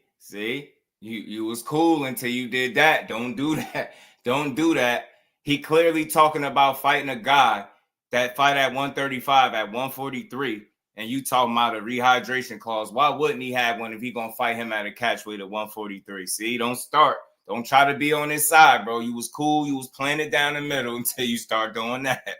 He not fighting him. You don't have to. I repeat. You do not have to make 143 pounds. You can make 147, where you are your healthiest, where you are your best. You just said so a few minutes back, and you can fight people like Jerron Boots. I'm not saying y'all can just make the fights by yourself, but I'm saying y'all working with the same guy. Don't give me that network across the street BS. Your name cleared. you could fight him. Stop talking about Gervonta Davis at lightweight, bro. That don't nobody want to see. Nobody's thinking about seeing that fight.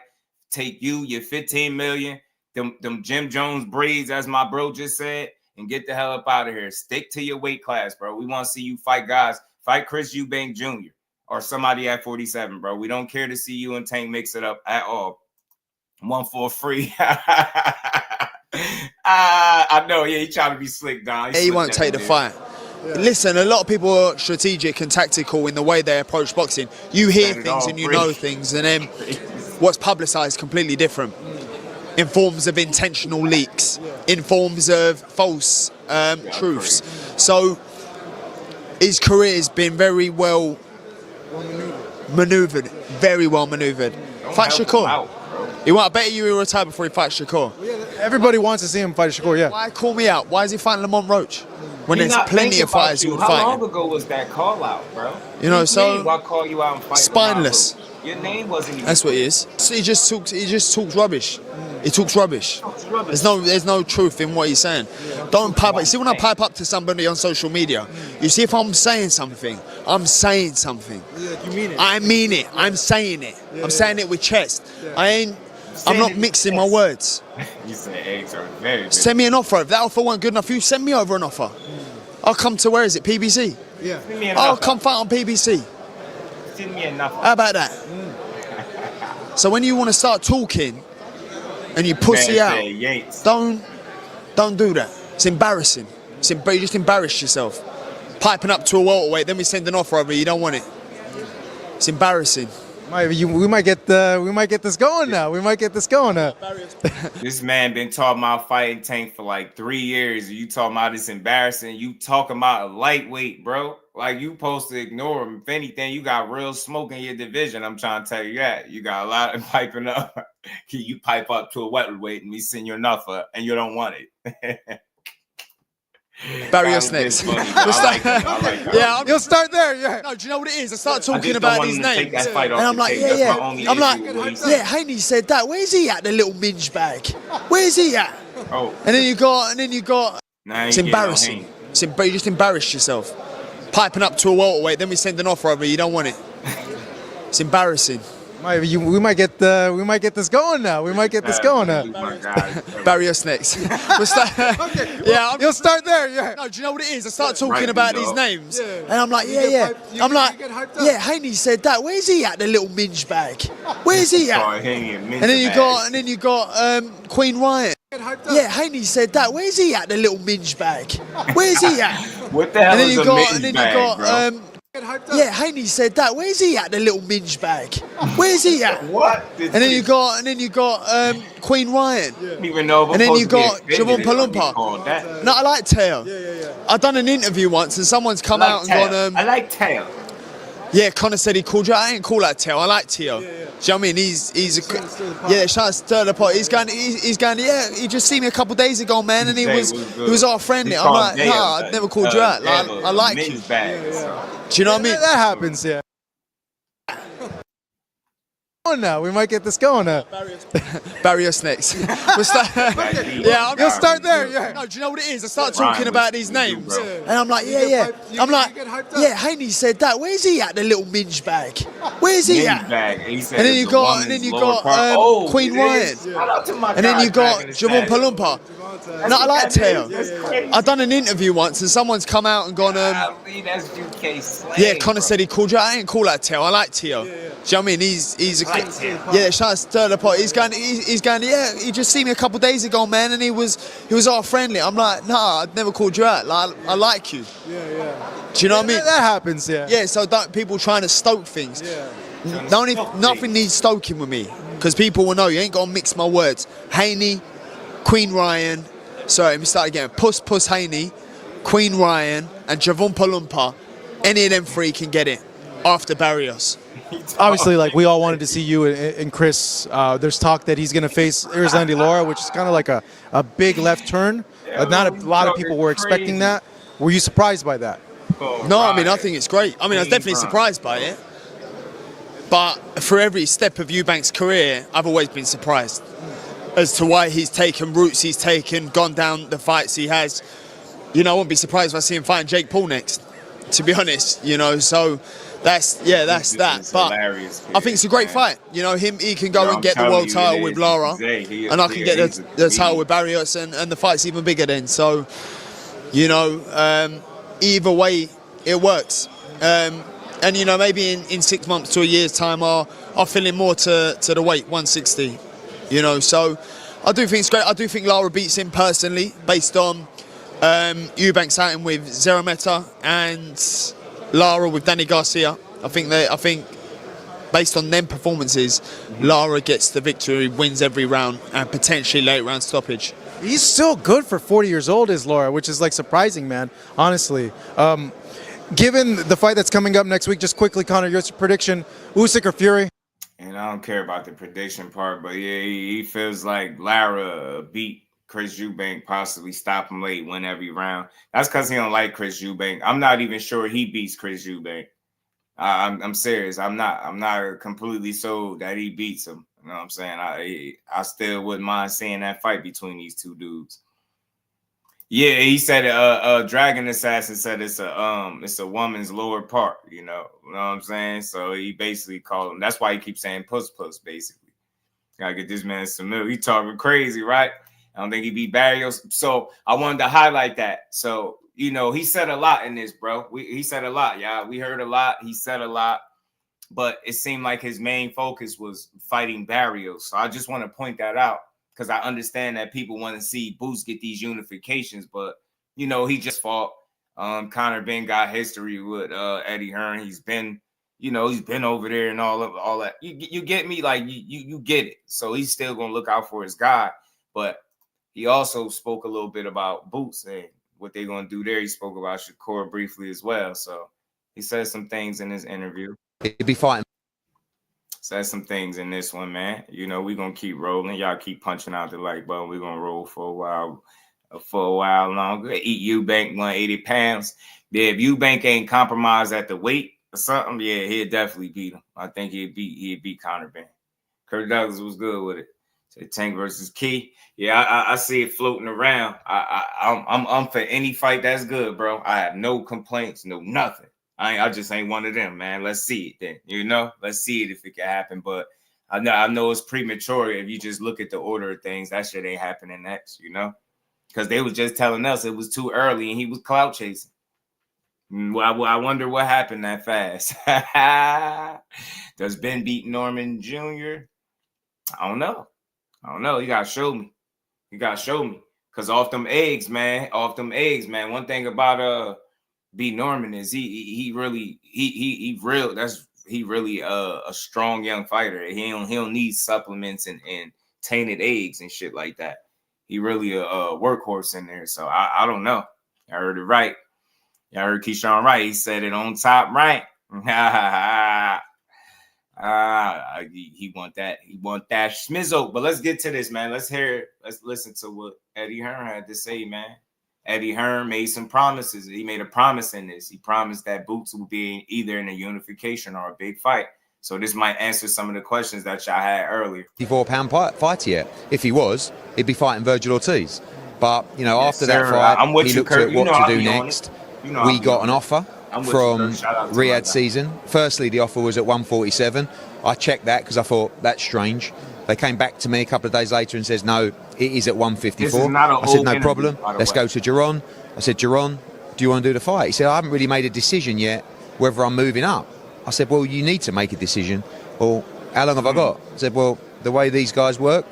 He's doing pretty good with Hitchens so far, Mr. Empire. I got to give him that. He's doing pretty good with Hitchens right now so far. But the Boots and the Shakur experiment is still questions. But if he can pull off what he's speaking about in this, then I think all will be good. You know what I'm saying? But let's listen to it. Today, really, or tomorrow. And he just said, look, I really want to try and unify at 147. If I go to 54, I fight Virgil Ortiz 100%. I love the fight, but I really want a unification. So that's the decision that he made.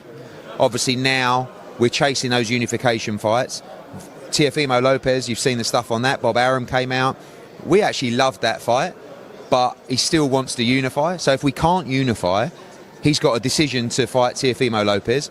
Or if he does move up to 54, he will fight Virgil Ortiz straight away.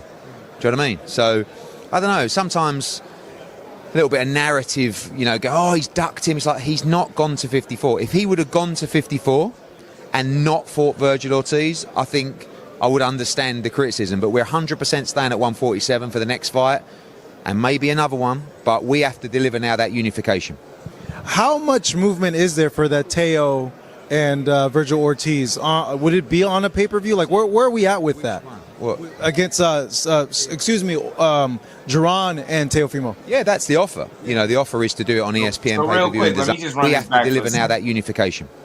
How much? Move up to 54, he will fight Virgil Ortiz straight away. Do you know what I mean? So that ends all of that. I get it. He flirted with the idea of going up to 54, but he never really done it. So until he said he was absolutely doing it undeniably, I don't know where all his duck talk came in at. He said they was never going up there. He told him he had about 24 hours or to the next day. Say he not doing that. He's staying put. So that to me, that ended all that I definitely seen it, but it ain't nothing on already. It ain't nothing on already, you know. You know what I mean? I don't know, man. I don't know. It's a reason why I left that alone, because I definitely seen it. But let's get to this, man. So, I don't know, sometimes a little bit of narrative, you know, go, oh, he's ducked him. It's like, he's not gone to 54. If he would have gone to 54 and not fought Virgil Ortiz, I think I would understand the criticism. But we're 100% staying at 147 for the next fight. And that's it. If he would have went up there and not fought Virgil, I get it. I understand the talk. But he never stepped his foot into 54. I don't care what he said he was thinking about doing. He never made it official. He never made no official announcement and said, I'm doing it 100%. He just flirted with the idea, and that was it. That's all. The duck talk was way too premature on the side of Boots Ennis. Let's keep going. And maybe another one, but we have to deliver now that unification. How much movement is there for that Teo and Virgil Ortiz? Would it be on a pay-per-view? Like, where are we at with that? What? Against, Duran and Teofimo. Yeah, that's the offer. You know, the offer is to do it on ESPN pay-per-view and the Zone pay-per-view. I think without, you know, if unification, don't forget, Boots is for Avanesian and Chudazian. Right? Listen to what he talking about. Okay, like, one was a mandatory we had no choice about, but he really needs a big fight. And he wants that big fight to be a unification. Now, if we can't get the unification, it's tough, but we then have to look at the other options, and the other options could be Teofimo Lopez or Virgil Ortiz, but he's just not moving to 54 yet. One thing I promise you is he will either be in a unification or a massive fight next. We have to. So, and there you go. So you hear what he's saying. He don't have no problem fighting Virgil, but the only issue is he's not committed to going to 154 pounds. Boom. End of discussion. Now he had 147 pounds. They asked him about the Teofimo fight. He's not really interested in that because, like he said, it's not a unification. So I think that'll just put him in a situation where everybody will criticize him anyway. So I think he should bypass any Teofimo talks. I don't care unless there's no other option for you. But even then, still going to be a lot of criticism. I think the focus should be getting that man another title at 47 or nothing, because anything else, you should have just went to 54. It just makes no sense to sit around and just fight fights if they're not going to be meaningful fights, man. Shout out to my guy, man. Oh, you already know.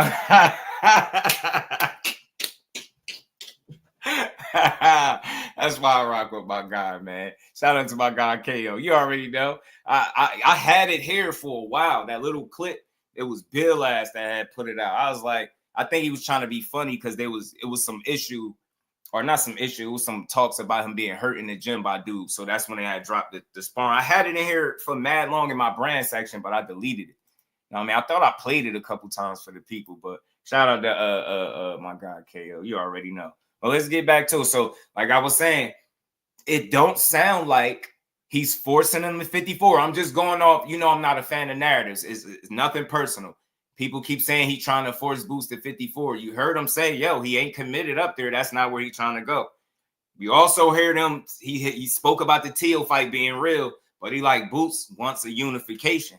If he just sticking to what he say, and I know he got a habit of double talking, just like a lot of these promoters, but if he do what he say, I'm cool with it.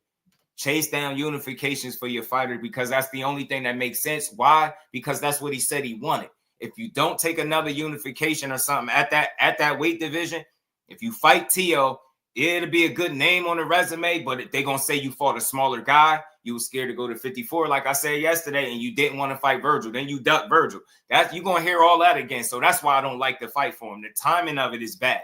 You get what I'm saying? Now, I'm going to just keep it regular. If T.O. would have accepted the opportunity, say he would have fought a Brian Norman, say he fight a guy, get a title. Now he at 147. Now it makes sense for Boost to entertain this shit. But for him to just sit still, just to take another fight that don't move you closer to your goal, is going to bring a lot of unnecessary heat, is what I'm saying. So it's up to him as to what decision he going to make. But from what Eddie Hearn is saying, it sounds like he like, yo, yeah, that T.O. fight, yeah, that's a cool fight. But, yo, I want a unification. That's not a unification, bro. Give me a unification. T.O. trump the unification in your end because it's a bigger economic fight? For me, I love the fight. Yeah. But for him, it's not really the money. He wants to unify the division. That's the absolute target and goal. So when I went to him about TFM, he was like, oh, that's a cool fight. Yeah, but just want to, like, you got to push for the champions.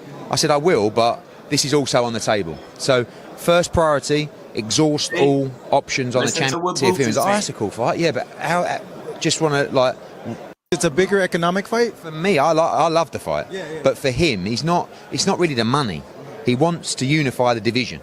That's the absolute target and goal. So when I went to him about TFM, he was like, oh, that's a cool fight. Yeah, but just want to, like, you got to push for the champions. I said, I will, but this is also on the table. Real quick, just stop it right there. You hear him? He brought him to TFM fight. Oh, that's a cool fight, but you got to push for the champions. And I think that's as long as Boots stay on that and stick to what he was saying in the YSM interview. If y'all seen that, like, it was a second clip to it where he was talking about sitting down with all the other champions.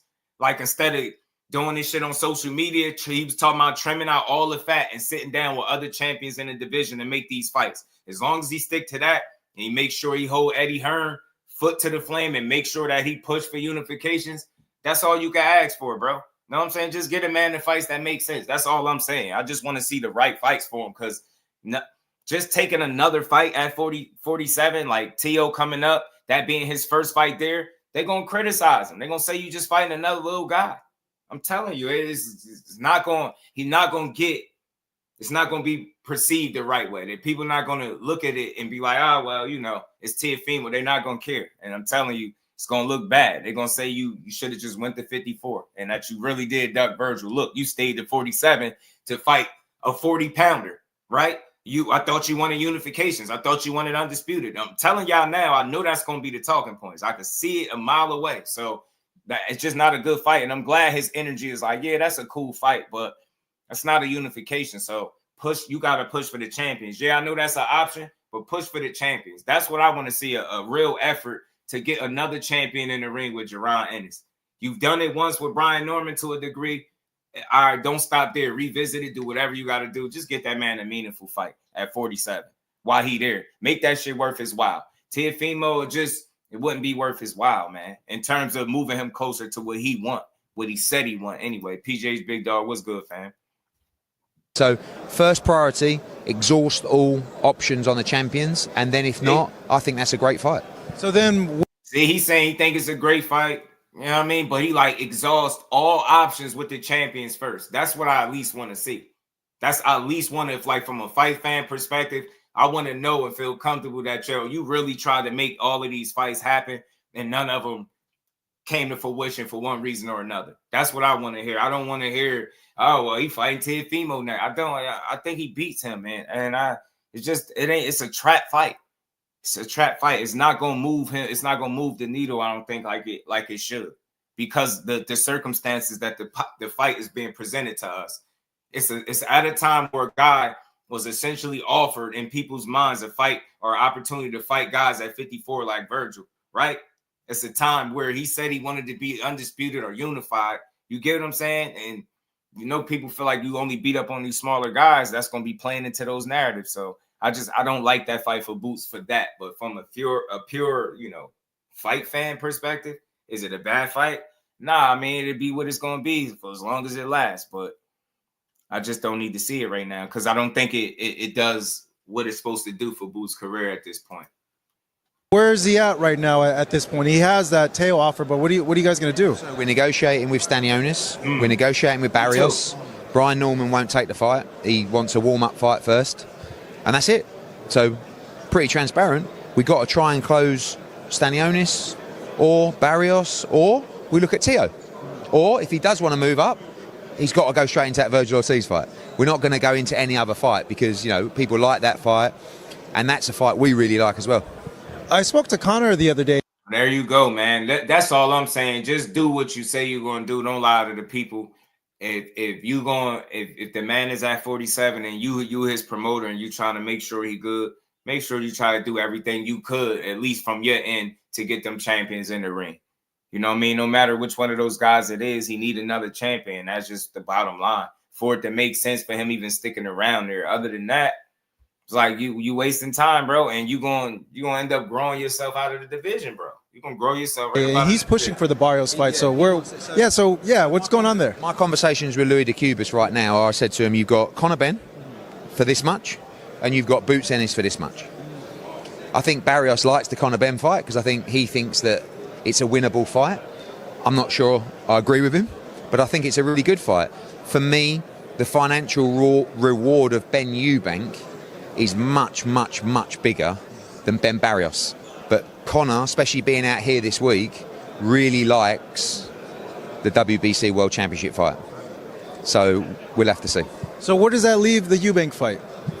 In the air at the moment. I mean, it's still, I met with Ben Shalom yesterday. You know, we're negotiating that fight. Whether we get there or not, we'll have to see. If you had to like put a percentage on what's the most likely, what would it be? For which one? For Conor and Eubank? I mean, Conor's either fighting Barrios or Eubank. That's it. So 50-50, which way it goes. What happened to Madrimov? A lot of people feel it kind of convenient that he got sick and he's out of the... I knew they would. It was quite funny because we made the fight. To be honest, when we made the fight, I spoke to Vadim Kornilov and he said, yes, we agree to everything. I've got to be honest with you, he's not actually been that well.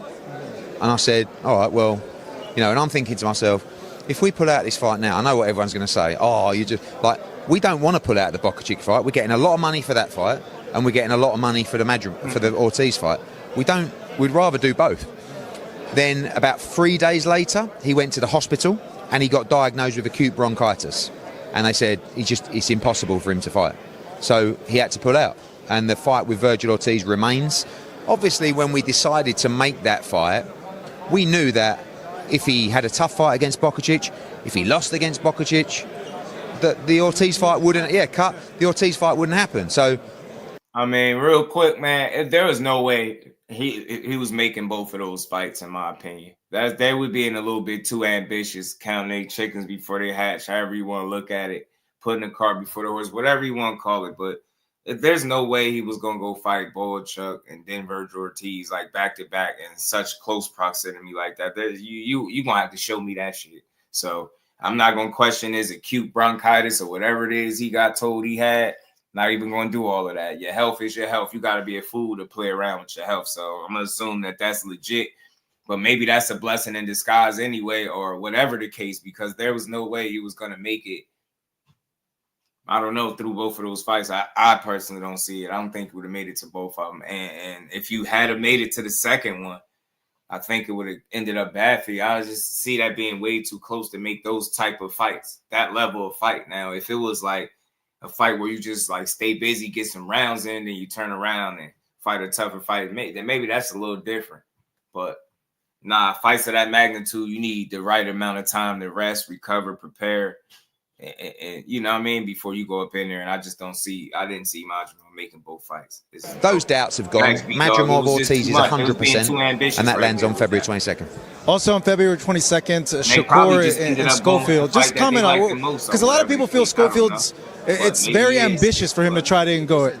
You know me, right? Yeah, I get accused of something. You get, because of the Castro losing. Oscar said like, oh, you know, he's just. But I agree with Oscar. I think that it's probably come a little bit too early for him.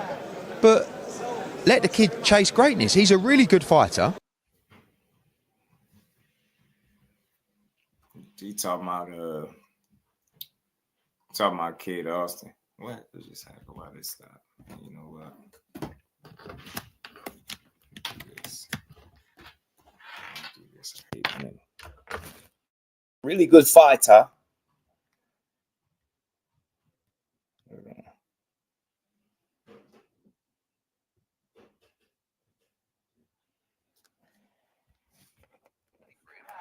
But let the kid chase greatness. He's a really Mr. good 007 was good. He's getting a lot of money, and he's getting a shot at greatness. Everything by John. Like if he was to beat Shakur Stevenson, you know, Shakur's coming off a hand injury or this, and Schofield's an underdog in the fight, but I respect it. And by the way, if Schofield wins, he's changed his life forever. But if Schofield puts up a great performance, his stock goes through the roof, and he becomes a real name in the sport.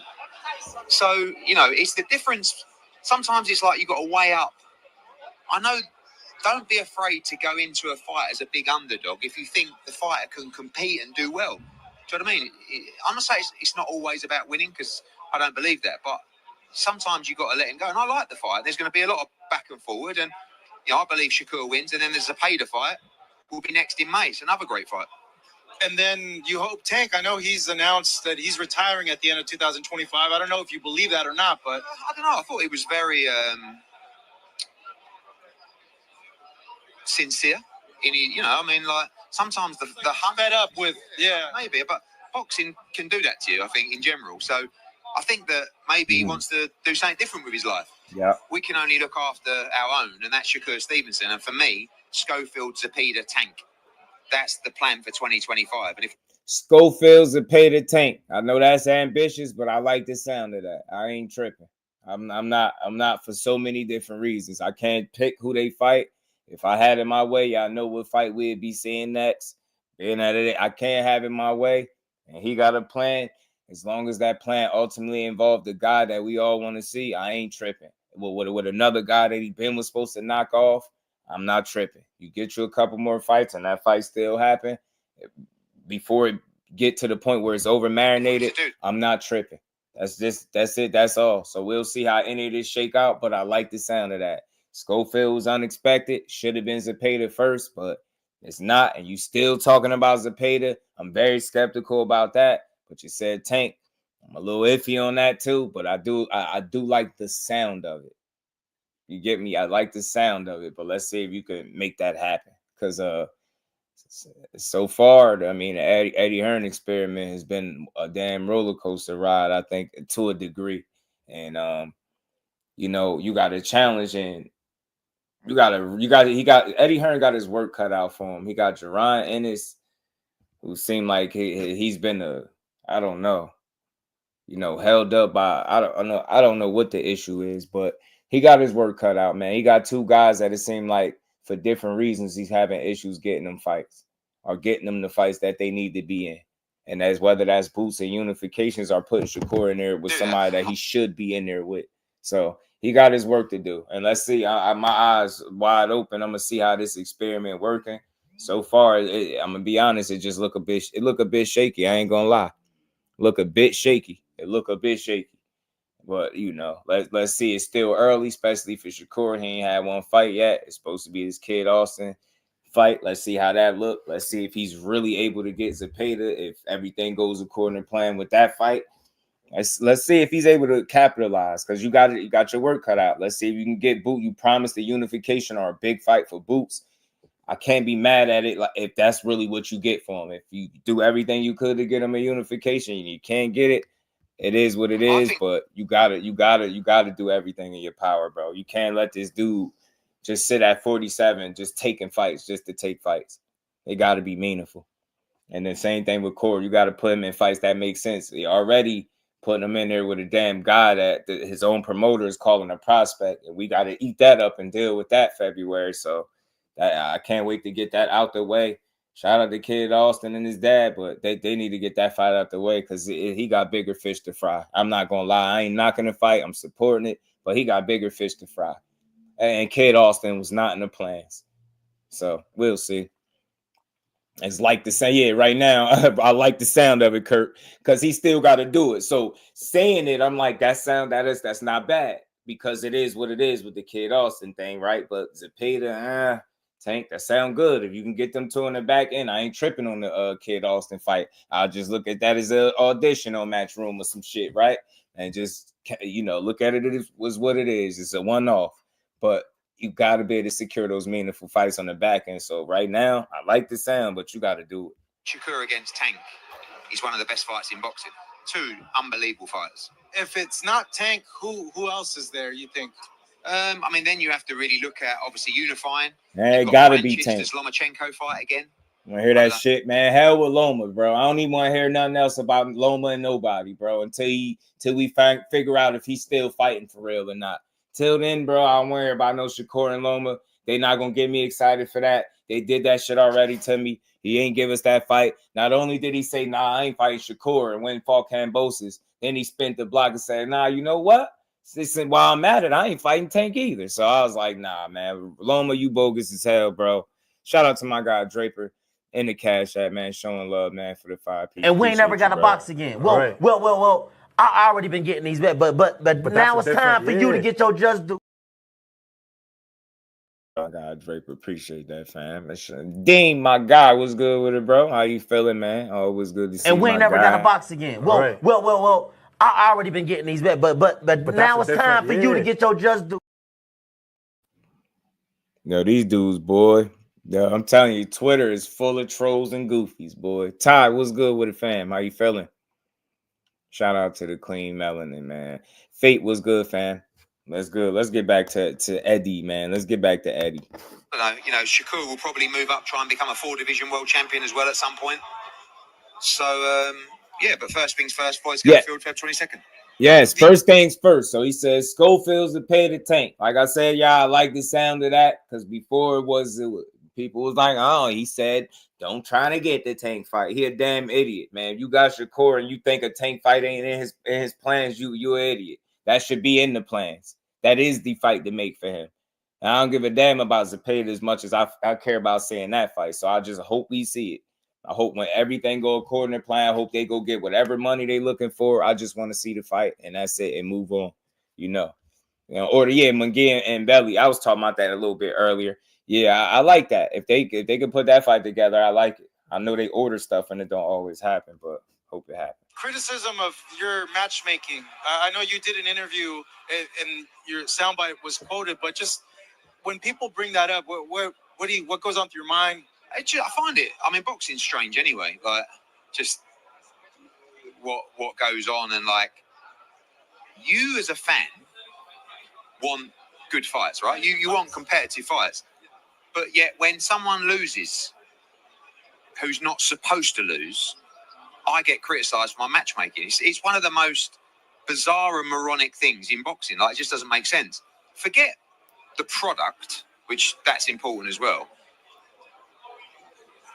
Guys who aren't good enough, either in general or on the night, will get beat, okay? Firstly, there's no shame in getting beat. It just means you weren't good enough. It's just sport, right? Sometimes you play a game, you're a top team, you get beat by an underdog team. It just happens, right? But also, it just happens, right? If you want to talk brutally about the business, Mark Castro, for example, has had, I think, 5 or 6 10-round championship fights. The guy that he boxed was an Argentinian, 20-2.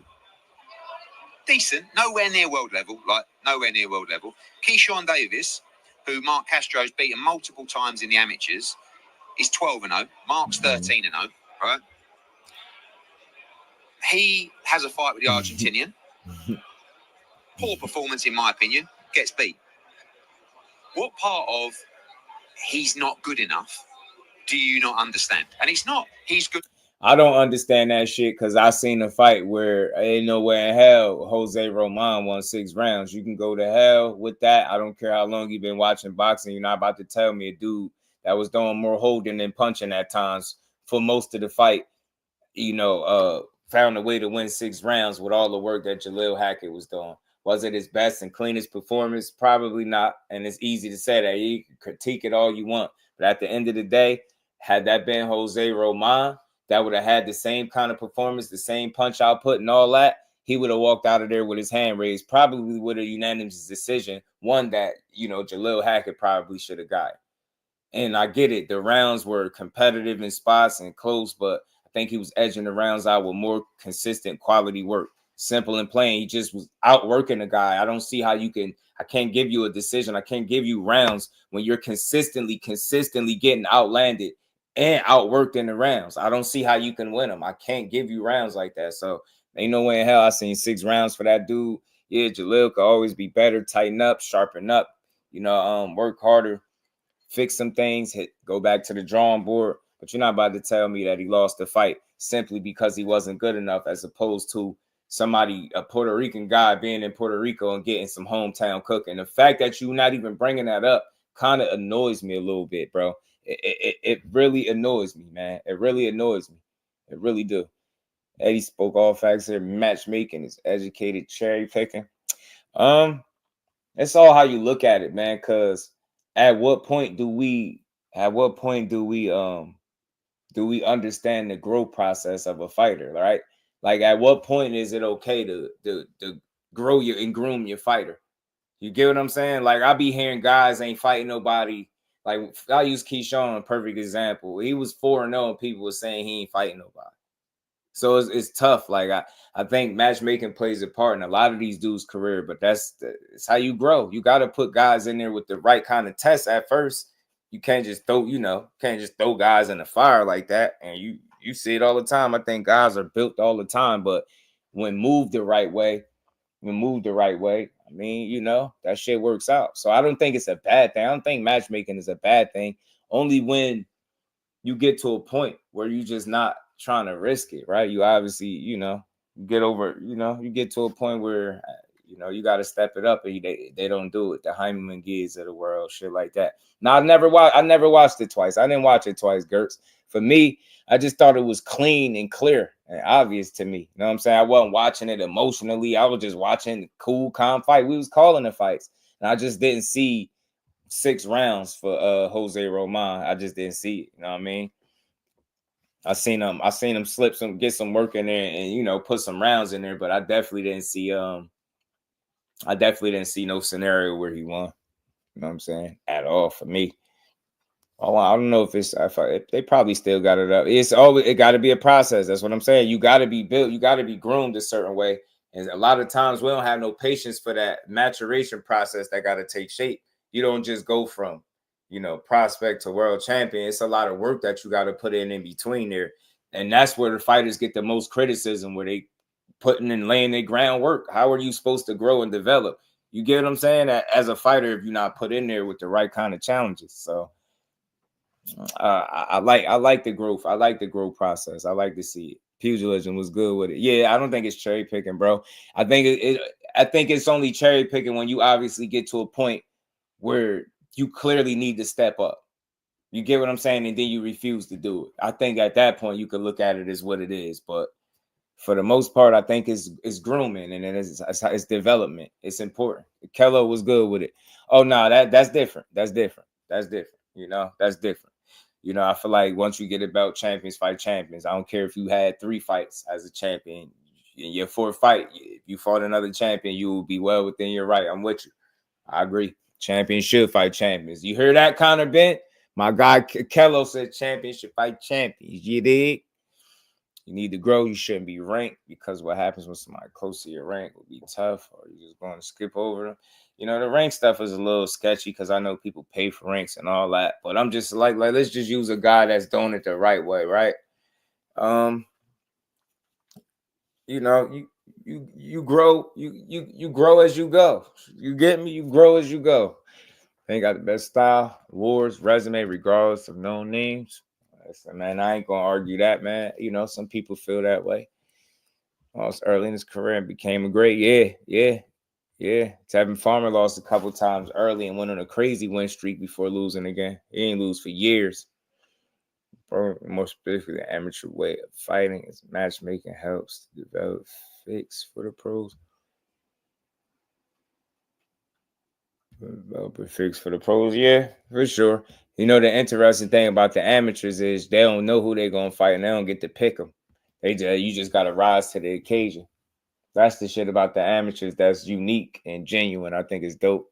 Number 3 guy, you can't fight the number 4 guy because he's tough. He shouldn't be number 3. Yeah, I don't. Yeah, that's weird. Yeah, I agree with that. Hell no. If you're a number 3 guy, hell, you should be able to fight the number 4 guy. You get me? Ain't no he tough. You ring higher than him. Ain't no he tough. Nah, get in there. Get that smoke. Hell nah, I'm not with that. I don't believe in that. That don't even make sense to me. You get me? So you rank that high, you can fight any and everybody. You know what I'm saying? That's how I look at it. You can fight anybody. You rank within the top 5. I feel like you should be able to fight somebody within the top 5. To me, I don't think that's crazy. You know what I'm saying? Tevin Farmer got stopped. Yup. Jose Pedraza stopped him early in his career. Went on to be world champion. He had a crazy run where he ain't lose. I forgot how many years. He went some years without losing. Shout out to Tevin Farmer. Still giving people hell in the ring. Still giving people hell. Oh, man, let me get back to this, man. I almost went off track. Good, he's not good enough. Off you go. It's you can come back and go again. But what I'm looking for, once I build people in 5 or 6 10-round championship fights, I'm looking for those guys with Mark's amateur pedigree to kick on and start to look at top 15 level guys. This Argentinian was nowhere near top 15. Nowhere near, right? In fact, Mark was like a 7-8 to 1 on favourite to win that fight, yeah? But they chose that opponent because they thought this is a good test. They failed the test. That's it. Do you know what I mean? Jalil Hackett wants to move a little bit quicker. He boxed the pretty average Puerto Rican guy. Actually put up a great fight because he completely fucked himself at the weight. And that's, in my opinion, why he lost. And he got beat. He's not good enough. Do you know what I mean? And then people respond. Nope. That's why I see it differently, Eddie. I don't think it was that he wasn't good enough. I just don't think he was good enough in Puerto Rico. I think if he was anywhere else on that night with that performance, he would have got his hand raised. That's my honest, humble opinion. I think the only place that Roman would have got that decision is where he got it at, in Puerto Rico. Anywhere else, I think he would have lost the fight because he just got outworked, out-hustled, outlanded, whatever else I'm forgetting to mention. I just didn't see it. So I don't like the way he sound. And I said this yesterday, the way he sound when he's speaking about, Jalil Hackett fight and how it went. Like, I just didn't see it that way. He damn sure did it, Kello. On social media, oh, that's harsh on the fighters. Oh, what, you want me to lie? We say he was good enough? I can't say he was good enough because he lost. Do you know what I mean? I don't want to. Yeah, if Conor Benn would have had that kind of performance and lost, bro, you wouldn't be saying that. I just don't think he would be saying that he wasn't good enough. You would be talking about how the guy got robbed and how they took it from him and the judging was bad and stuff like that. That's what you would be talking about. But I ain't about to over speculate with the Jalil thing. I just think he caught up in responding because you got to think one of these interviews was coming off of him responding to people on Twitter. So it seemed like you already was in a certain kind of mind frame and you almost, I don't know if he know how it sounds. It's not about being harsh. It just sounds like you throwing fighters under the bus by saying they wasn't that good. Mark Castro could have won that fight that he had. And Jalil Hackett, in my opinion, did win the fight. He just didn't get it because he was in Puerto Rico. To me, I ain't see a toss-up. I just didn't see it that way. Maybe I'll go look for it, try to watch it again, and maybe see something different. But I damn sure didn't see a scenario where Buddy won 6 rounds at all. That was a UK. Yeah, that's what I'm saying. He'd be singing a praise. Definitely wouldn't be talking about that. He wouldn't be talking this way in my opinion. When you're matching a prospect, yeah, 6-rounder, 6-rounder, 8-rounder. Yeah, that's like, you've got to at least not make it embarrassing. But once you start having 4 or 5 10-round fights, and we've invested hundreds and hundreds of thousands of dollars in these fighters, I need to find out how good you are. And I'm not even throwing you in deep, by the way. I'm just throwing you in a level that I need you to cruise past. And you got beat. So that shows me. Double talking because you said you putting people in competitive fights. So you can't say you putting people in competitive fights that they should cruise through. That shit don't even make sense. Like, which one is it? Is it a competitive fight or is it an easy fight that they should cruise through? Because I don't, competitive fights and cruising through them, two things don't even make sense together. So I don't know. I just didn't like that. I think, he ain't being honest. He doing a bit of double talk because on one end he said he's putting he matching people up well. He's putting people up in there with good competition, guys that are not just walkthroughs. But then on the other end, you saying you putting them in there with guys that they should cruise through. Which one is it? Are you putting them in competitive fights? That means if they're competitive, then they're challenging fights. They're real tests. You get what I'm saying? If they're fights that he should cruise through, then it should be an easy fight. Which one is it? Like he can't have it both ways. So that's the only way.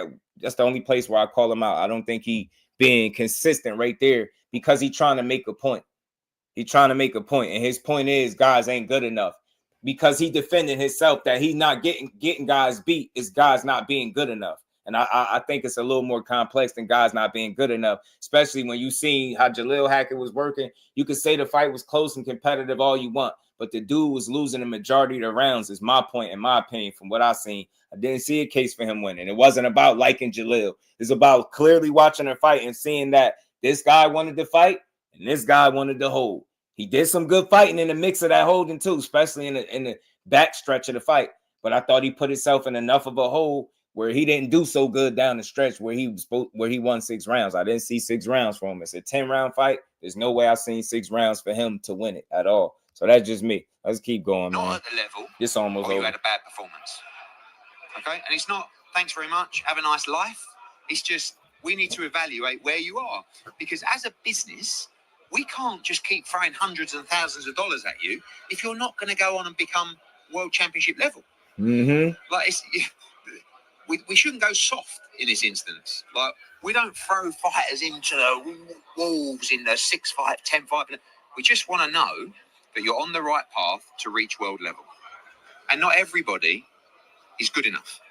And that's the reality. So I would rather be accused of making reasonably competitive fights where sometimes your prospect loses than just giving them just shit.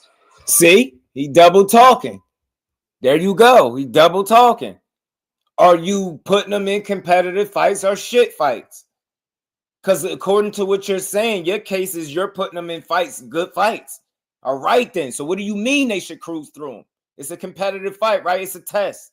Which one is it? You putting them in shit and you put him in a shit fight and he didn't cruise through it because he's not on that level? Or did you put him in a competitive fight and he did relatively well but didn't get the credit for it because he fought a guy in Puerto Rico where he's from? Call the shit what it is, man. Stop double talking, man. I heard that shit clear as day. It can't be both. Can't be both. It's one or the other, dude. Which one are you doing?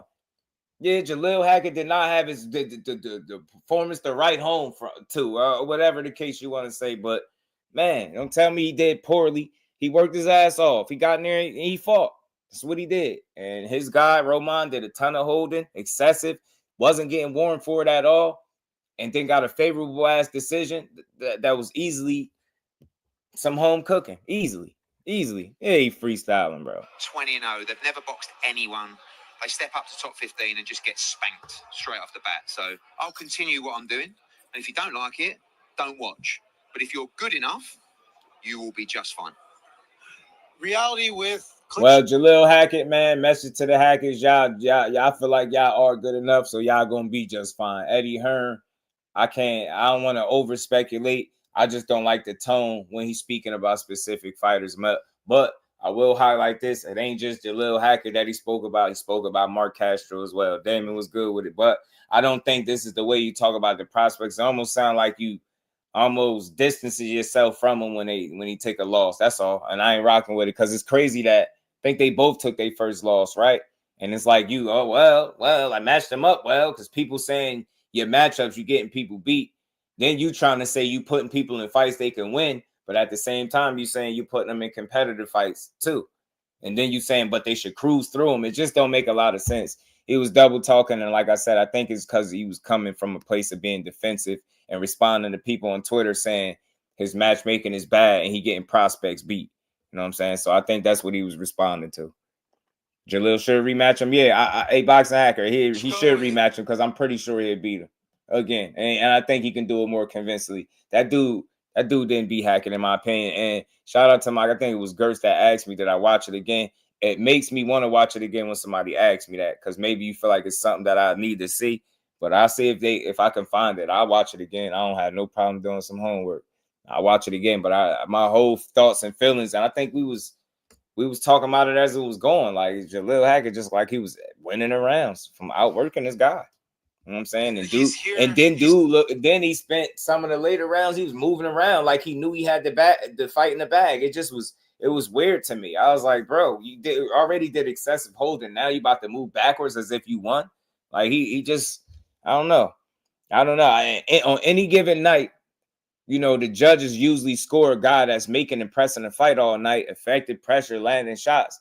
They usually give him a lot more credit than what Jalil got, I'll say. You know what I'm saying? In my opinion. Rematch him in the States. Guarantee you he won't win in the States. That same type of performance, Busy.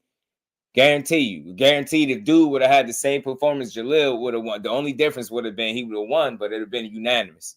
I'm pretty convinced. Jalil Hackett, there's no way in hell he could have fought the kind of fight that Roman fought and won. No way. Ain't no way in hell he could have fought like that and won. I believe he fought, you know, one of the ways that he had to fight to win.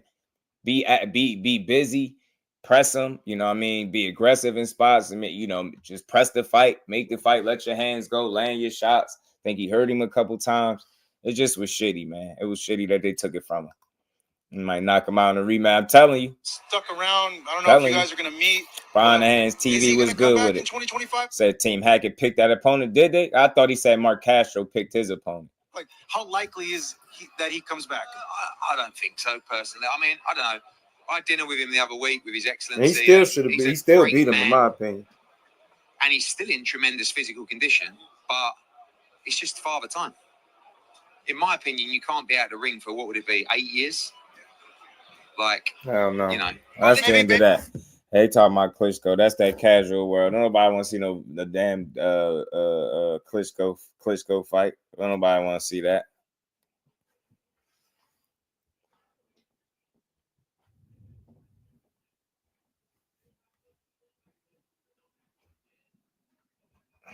Boy, I tell you, Twitter got some weird souls, some weird misguided souls on that. Kevin, what it do, my guy?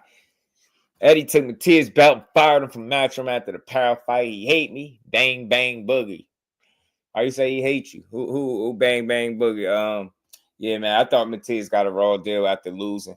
But I tell you what, man, I would like to know what led to that. I would. I do know that Matias was on record saying he went into that fight without a game plan. I don't think that's the best thing to say if somebody's promoting you and you fighting at world level. You assume because you're a titleist and you going into a world title fight without a game plan is utterly ridiculous. Like that, I'm not gonna lie. Like, I think that's where he shot himself in the foot. I don't know if that had anything to do with it, but you know, I definitely don't want to hear somebody I'm promoting and investing in going in big fights, meaningful fights, risky fights, dangerous fights, good fights, and you don't have a game plan. You know what I'm saying? That should just that's bogus. So I don't know what played into what was the deciding factors. I know some people look at it was just a loss alone. I don't know. It could be more at play. I just don't know. I don't know the ins and outs, but I could imagine that ain't doing them no favors talking about, yeah, I went into this fight with no game plan. It's a hype job. I think what it is with Matias is he's dangerous at what he do. 704 Joe, Boozy Andre, man, if he don't get him the fights, that's what they're gonna be saying. 704. I don't think he a hype job, but I think he's dangerous at what he do, right? And it's easy to write him off after you see a guy lose sometimes, right? You know, he's dangerous with the style that he bring to the ring. Come forward, throw punches on weird angles, he'll press you, wear you down, and get you out of there. He's a dangerous guy. I don't think he overhyped. You just gotta put it in his proper context. He could be a dangerous guy for certain styles of fighters, right? Guys that ain't used to pressure style fighters, you know, dudes that can that ain't strong in the inside, can't fight well in the inside and with good feet.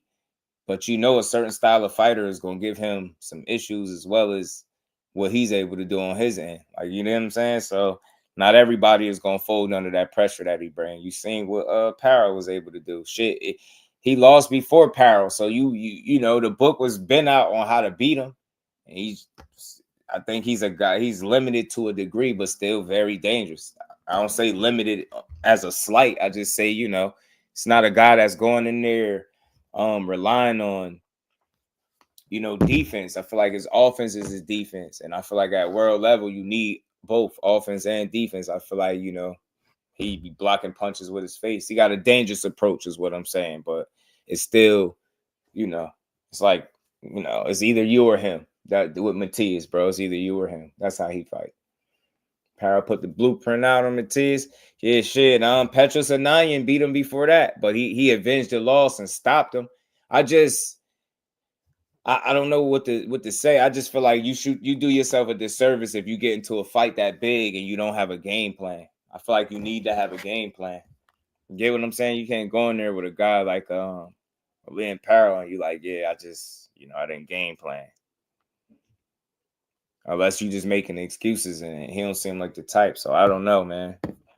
I don't know. Good luck with Subria. I don't know. You know, he'll be back. Bang, bang, but you thought it was a draw. T's not a hype job. The man, you bring your A game every time. Yeah, and I think that's very telling too, bro. If you can just get in there and do what you want to him, then yeah, but that's a good point. You do got to be on your A game to beat him. You ain't seen nobody get in there had no so-so performance and beat him. You get what I'm saying? Even the guy that beat him first, that was still a close fight, but I think the knockdown separated it in that fight with him and Matias. I mean, Matias and Petros Anaya.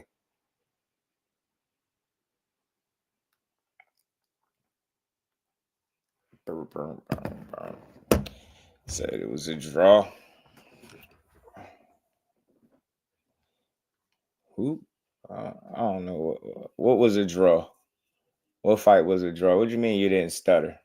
You can't stutter typing. A smart guy. If you're trying to be a smart ass. I know what it was, bro. The ropes held him up. This was a knockdown. I seen the fight, dude. I don't need you to highlight what happened in the fight. I seen this shit. And I ain't talking about Parra and Matias. I'm talking about Petros Anaya when he took his first loss, the loss that he eventually avenged by knockout. That guy punched him and the ropes held him up. And I think that might have been the difference in the fight. And I seen that way back then because I didn't know who the hell Petros was. So I seen that time in real time.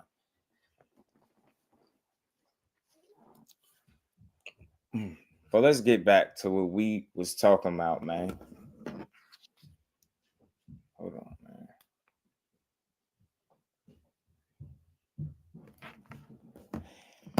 man. Cat stupid. Yeah, people be going, yo. So, yo, I gotta say, I'm gonna spend the last couple minutes talking about, yo, the people. Some of these people in boxing are some of the most like weird energy that I've ever come across trying to talk sports. Like they just some of the strangest people in the world.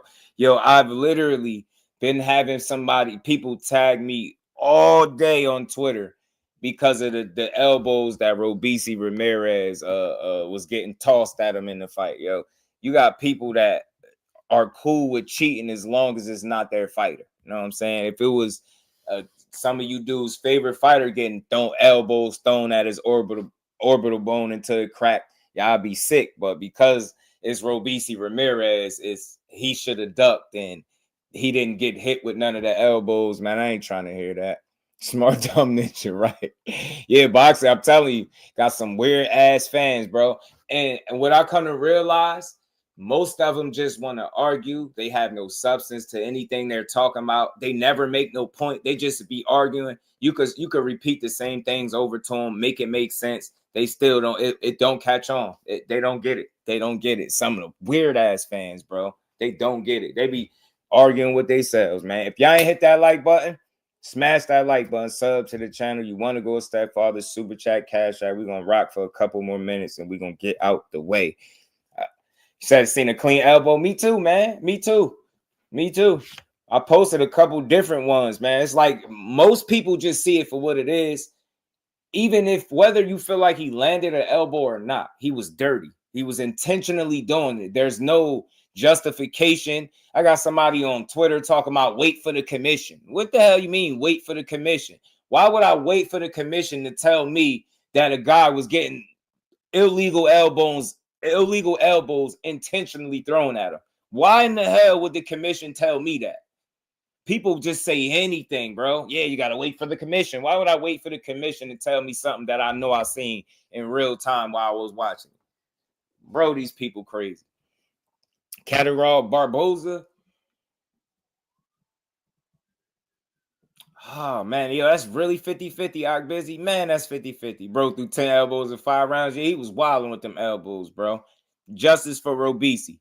But they going to do a 2-time, gold medal, just throw him down. Oh, he's trash. He should have ducked. And I ain't trying to hear that. I was talking about it with my bro on the phone. The only thing I agree with he should have did differently was get a little dirty with him. And I think that would have forced the referee's hand to kind of make both of them stop, and the next guy would have did it. He would have had to take a point or say something, right? I think that's the only thing Robisi could have did different is get dirty back. Because I'm telling you right now, I don't give a damn who you are. If we standing in the boxing ring, bro, and you throwing intentional Muay Thai, in close elbows at me, bro, at my orbital, at my eye socket, bro, I'm definitely elbowing you back. 100%. 100%, I'm risk getting a point taken. I'm going to tell the referee he chucking bows, bro. If he going to throw elbows, I'm 100% going to throw elbows, and we're not going to make it through the fight. I'm telling you, you're not going to play with me like that, bro. And that's all I'm saying. Like, people want to get up there and argue if you think the elbows landed or not. I don't care what you think. I'm telling you how I seen it. This is dirty. This is nasty work. He should have been disqualified, DQ'd, or no contest just off the attempts alone. He threw several intentional elbows, but you got idiots on Twitter trying to argue whether or not they landed and if he should have ducked or not. I don't want to hear that stupid shit. That's bad for boxing, bro. That's nasty work. You got guys. If you want to throw elbows, they got MMA for that, bro. Take your ass over there to the UFC and get your eye socket caved in with real elbows. Go there with people that really want to do it, that can throw elbows back. You ain't here cheating. You 6'1" throwing elbows. Hell no, I don't respect you. Big goofy. I lost respect for Espinoza. He still could fight, and he was down on the cards. You telling me a guy that was up on the scorecards is just going to try to quit? Fucking gold medal is just going to try to quit? He wanted the easy way out? Hell nah, man. He got hit with enough elbows. I think it did some damage. He told his corner he was seeing double. They told him to fight through it. He came out immediately and got hit with like a straight right hand that finished the job.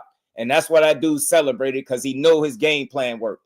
Through elbows, and he got it off without no penalty from the referee because his ass is bogus. Letting that man throw elbows like that. I was Robisi. And shout out to Robisi Ramirez because he reposted the post, and people been commenting ever since for hours on end. Shout out to Robisi, man. Justice for the champ, man. True warrior, like I said, man. That's nasty work, bro. He ain't signed up for no Muay Thai elbows, bro. Stand your ground, face the ref. Yeah, force him to do his job. Yeah, pugilism. That's the only thing I think he should have done, bro. I think he definitely should have got dirty back, and he should have told him, like, hey, bro, if he gonna do it, I'm gonna do it. You gonna have to tell him to chill. You gonna have to pull us both to the center of the ring and say, hey, man, cut the shit, and then we gonna get back to boxing. Because aside from all of that, bro, they cheated us out of a good fight. The first fight was action-packed. Must-see TV. The second one would have been the same thing, but we didn't get to see that because, Mr. 6'1" wanted to throw elbows and shit like that. You get what I'm saying? And mix his elbows in with punches. I can't rock with that. I can't respect it. I can understand maybe one, but when I'm seeing him intentionally, he turning them joints over, nah, bro, I can't rock with it. I can't. He was bogus as hell for doing that. Doing my man like that, chopped him all up like that, man. Then we just gonna throw Robisi away, man. Hell nah. I hope he get his lick back. Hope somebody beat Espinoza's ass for that, man. Hey, he was cheating. He was cheating his ass off, boxing hacker. John, what's good with it, fam? How you feeling? His elbows look like Katie Taylor's head, but I'm telling you, bro. I'm telling you. He said elbow nosa. Elbow nosa. Elbow Nosa was tripping, wasn't he? He was chucking them joints, man. He was chucking them joints at my guy, man. I'm like, damn, man, he cheated us out of a good fight. And I ain't here to cry for the fighter. Look, Robisi said what it was. He got hit with elbows, said the dude dirty. Straight like that. You know what I'm saying? He got to live with that. They're going to call him a quitter. It's all good, but it's what keep the same energy. If you're going to call him a quitter, call Espinoza a damn cheater because that's what he is. I ain't about to argue with it. You want to call him a cheater? That's cool. But call the other guy a damn cheater, man. You want to say quit? He quit. then his ass was cheating. You know what I'm saying? Super easy with that height difference to keep elbowing him. Yeah, he kept going. Yo, he got brave as hell, bro. He got brave as hell, man. Man, matter of fact, let me show y'all the other angle, bro, man. I got it in here. Let me show it to y'all. Because y'all hit the like button if y'all haven't. Appreciate everybody rock with your boy. I ain't gonna be here too much longer, but I gotta show y'all this too. Because it was that. They've been arguing back and wait for the commission. Didn't you tell me to wait for the commission with Ryan and the Osterine? With Ryan and the Osterine, we had to wait for the facts to come out because you can't watch a fight and just be like, oh yeah, I can tell 100% he on Osterine. But when a guy is throwing intentional Muay Thai elbows in an actual live fight that we calling in real time and all of us are seeing it, I don't need the commission to tell me anything. I'm seeing it. And then it got worse in the video when I seen the collection of the elbows and they was running them back and slowing it down. I'm like, yo, you got to think about the intent, bro. Think about the intent and what he was trying to cause throwing them elbows. And then maybe people will see it different. He out here he could have ended that man's career doing that. People don't think like that, man. But y'all think because they box, they supposed to be Superman. Hell nah, bro. The bro was wilding out with them elbows. Wilding out. He should have got his ass beat. Man, I wish Robisi would have chucked one right back down the middle of his nose, man. You know what I'm saying? Yeah, he was getting frustrated, pointing to the ref like, come on, bro. Look at this dude. Hell yeah, premeditated elbows to the eye, man. To the eye, bro. You know them eye injuries hit different, bro. Ask Cal Brook. Y'all don't believe me? Ask Cal Brook. Them eye injuries hit different, bro. That's not something you need. Miren esto de nuevo, en cámara lenta esta vez.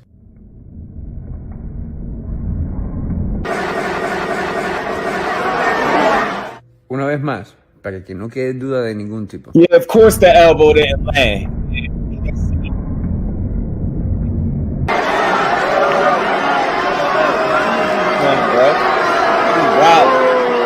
Me van a decir que ese codo no fue a propósito. Ganó muy bien, pero los codos los tiró a propósito, malintencionadamente. Eso fue parte de la estrategia. Y en el boxeo simplemente no es legal. Yeah, no bueno. I don't know what you said, but no bueno. One more time. Miren Justice esto for Robisi. de nuevo. Don't tell me. Look how he just chucked the elbow like a hook. He done right from there. Una vez más, para que no quede duda de ningún tipo. Let me elbow one of y'all, bro. For the people that didn't think it mattered or he didn't land.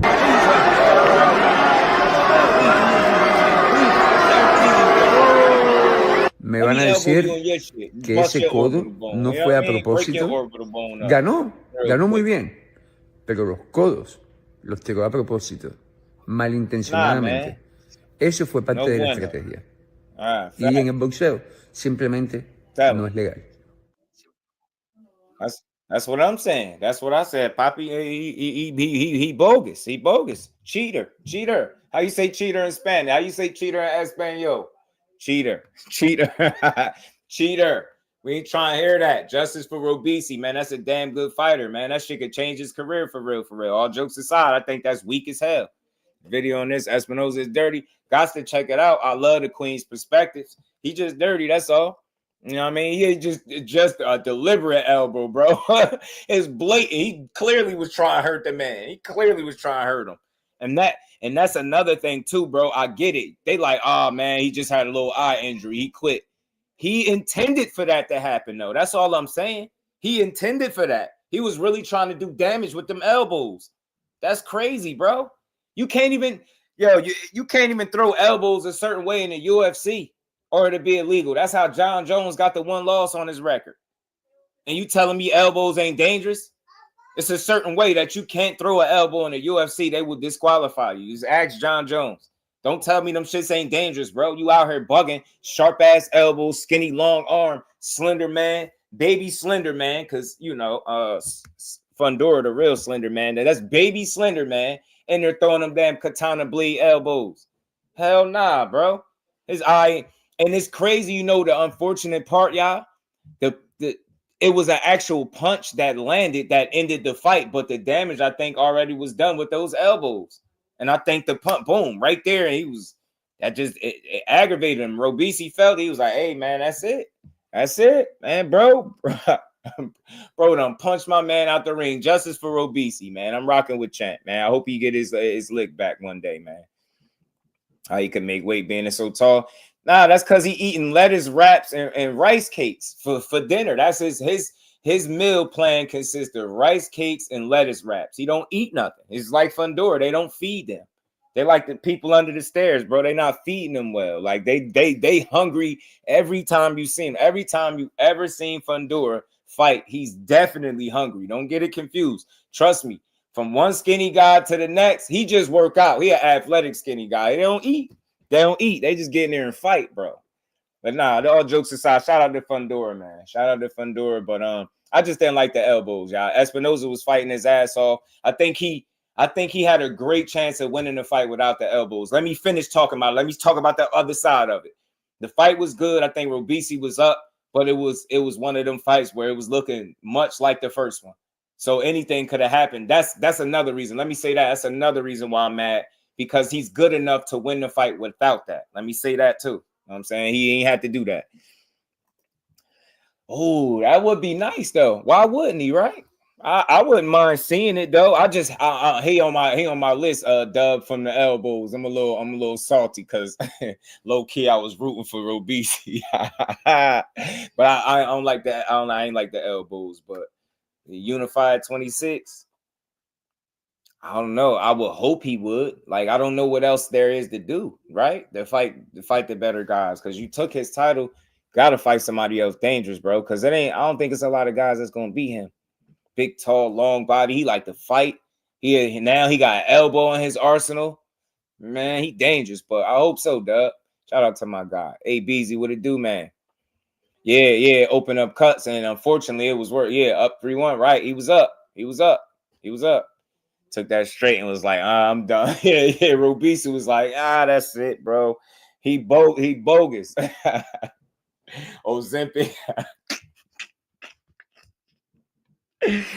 You on that Ozempic diet, Cal? Cal, stupid sick monster on. You gotta fight Monster anyway after that. Monster gonna give him that boo bop bang, as my bro J be saying. But nah, all things real, just to speak on the other side of it, because I always want to be fair to the situation, to boxing. That they gave us a great fight without the controversy the last time. It was just a great, genuine, great fight. They knocked each other down, hurt each other. Espinoza turned it on late. Something that my guy, and that's another thing. My bro was pointing out, he feel like Espinoza is a second half fighter. And that's another thing. The fight got stopped in the 6th round. Like, that was getting close to the midway where he typically does well anyway in the second half of fight. So he didn't need the cheap shots to win. I want to say that. I was rocking with Robisi. I do think that he did make some adjustments in the fight from the first one, but it still was very similar. But I for some reason, I just felt like as long as he didn't gas out, he could have won that fight. And I just think we got cheated out of a really good fight because for whatever reason, Espinoza deemed it necessary to throw elbows. I don't understand, why did he get desperate like that and just start chucking elbows? It just took me for one. It took me for a ride. I didn't get it. Like, what the hell are you doing? Why not just fight the man? You know what I mean? So it's a cheap shot, man. But let's see what he do at 26, because he is a threat. He a big, tall guy. Huge for the weight class. He gonna have the ups on everybody. So let's see who can give him a good run for his money. Challenge Navarrete. I think that'd be that'd be a fun fight to watch. I ain't gonna lie. Body shot gonna crush his tall ass. I'm telling you, somebody that go to his body, tell him, hold on, yo.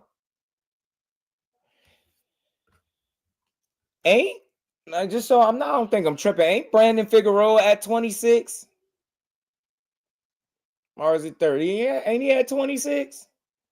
I would like to see that fight. He like to fight. You like to fight, Espinoza. I know Brandon Figueroa like to fight too. I think that'd be a good fight. Dub, you still in here? What you think about it? Ain't he at 26? I think it's a good fight. Think it's a good fight. I like Brandon Figueroa, bro. I think he's gonna give Cool Boy a very tough fight. I'm still rocking with Cool Boy because I feel like if you did it once, you should be able to do it again. Judah Vision, my guy, yeah, 26. I thought I wasn't tripping. Hey, man, I wouldn't mind seeing that fight. I really would. I wouldn't mind seeing it. Brandon Figueroa could scrap. I know he got a fight lined up, but I'm just saying the size matchup, I think it'll be interesting in how they fight. Figueroa like the fight like his brother. He seems to be a little bit better. That's a good fight, ain't it? It's a good fight, ain't it, bro? I had to throw the matchmaker hat on. I'm like, hold on, Brandon and Espinoza, because you know he want to fight. Do not let the looks fool you. That dude coming in there to beat you up. I'm telling you. I like Brandon Figueroa. I liked him even more after he lost to Cool Boy. You know what I'm saying? I'm like, yo, he gave him a good ass fight. And then he went on to just give people hell. That dude really he can scrap, man. He can scrap. I like Figueroa. He really get in there and mix it up. Tough as hell, too. Tough ass dude. He could take a shot. He can give one. He got a crazy gas tank. He got a good work rate. I like him. It's 30 and Reed making 26 ain't so easy. Yeah, stay his eyes down there. Make that fight. Yeah, 30 now. He left 26 as he lost the vote. Ain't they fighting next? So where's the fight with? Is the fight with Cool Boy at 30 or 26 though? Angelo Leo would get Espinoza a good fight too for unification. Absolutely.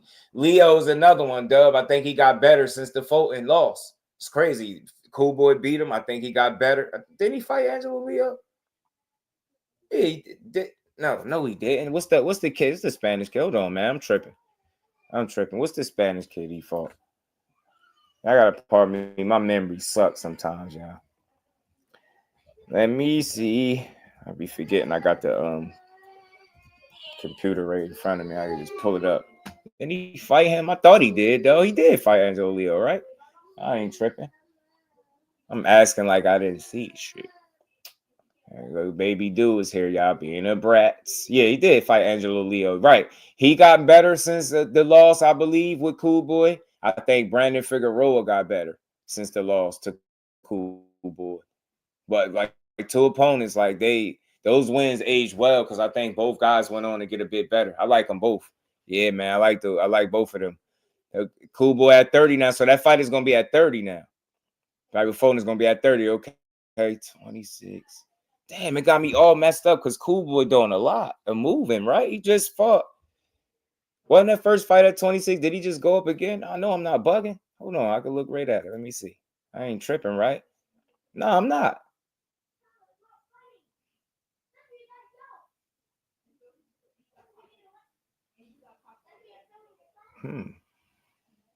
Hold on, bro.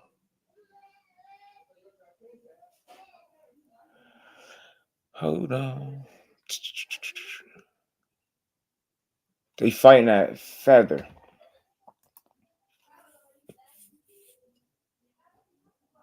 Yeah, it's at 26. Yeah, it's at 26. It's at featherweight. Y'all know I wasn't tripping. Nah, it ain't at 30. It's at 26. I was about to say he ain't jump up an extra weight class because he was just at 22. He ain't at 30 already.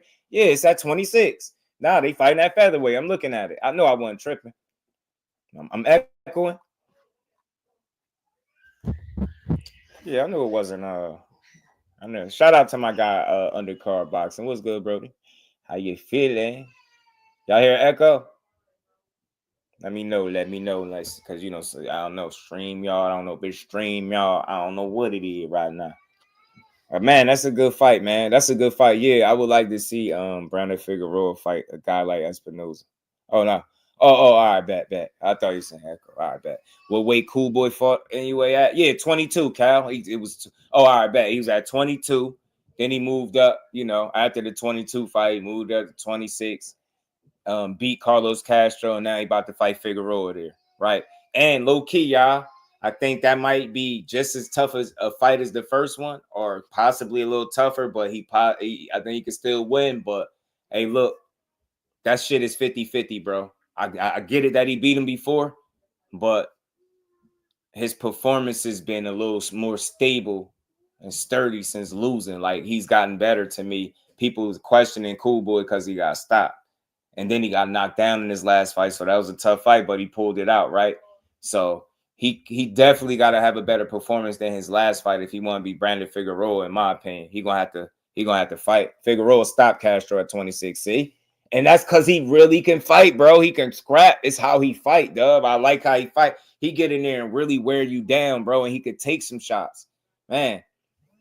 Yeah, no, I'd be like that, man. That's what we all here for, bro. We get each other right, because my memory be bad sometimes, y'all. My memory be bad, but we good, right? So that's the common opponent. You right? So that's the fight. That's the fight that got me feeling like he gonna. That's another reason why I feel like he gonna give it a good go against Cool Boy. Cool Boy gonna have to be on point. I ain't gonna lie. I got faith in him again, but I think Buddy can make it another tough fight. I really do.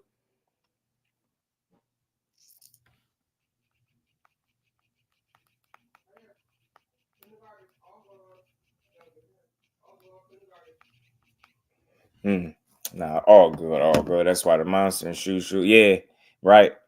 That'll be it. That man, shoot. Just gotta keep putting that experience in the bank, man. Keep putting them rounds in the bank. Keep getting them fights. See it work itself in that position. In position for a meaningful fight. But yeah, man, those are some good fights, yo. Y'all watching that Pro Box TV tonight? I always try to watch Pro Box. Pro Box is on tonight. Oh yeah, they do got a card tonight. I gotta turn my notifications on for this, man.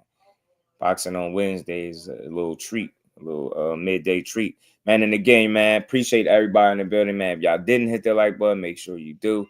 We gonna keep on. We do. Give me a second. Looking for something.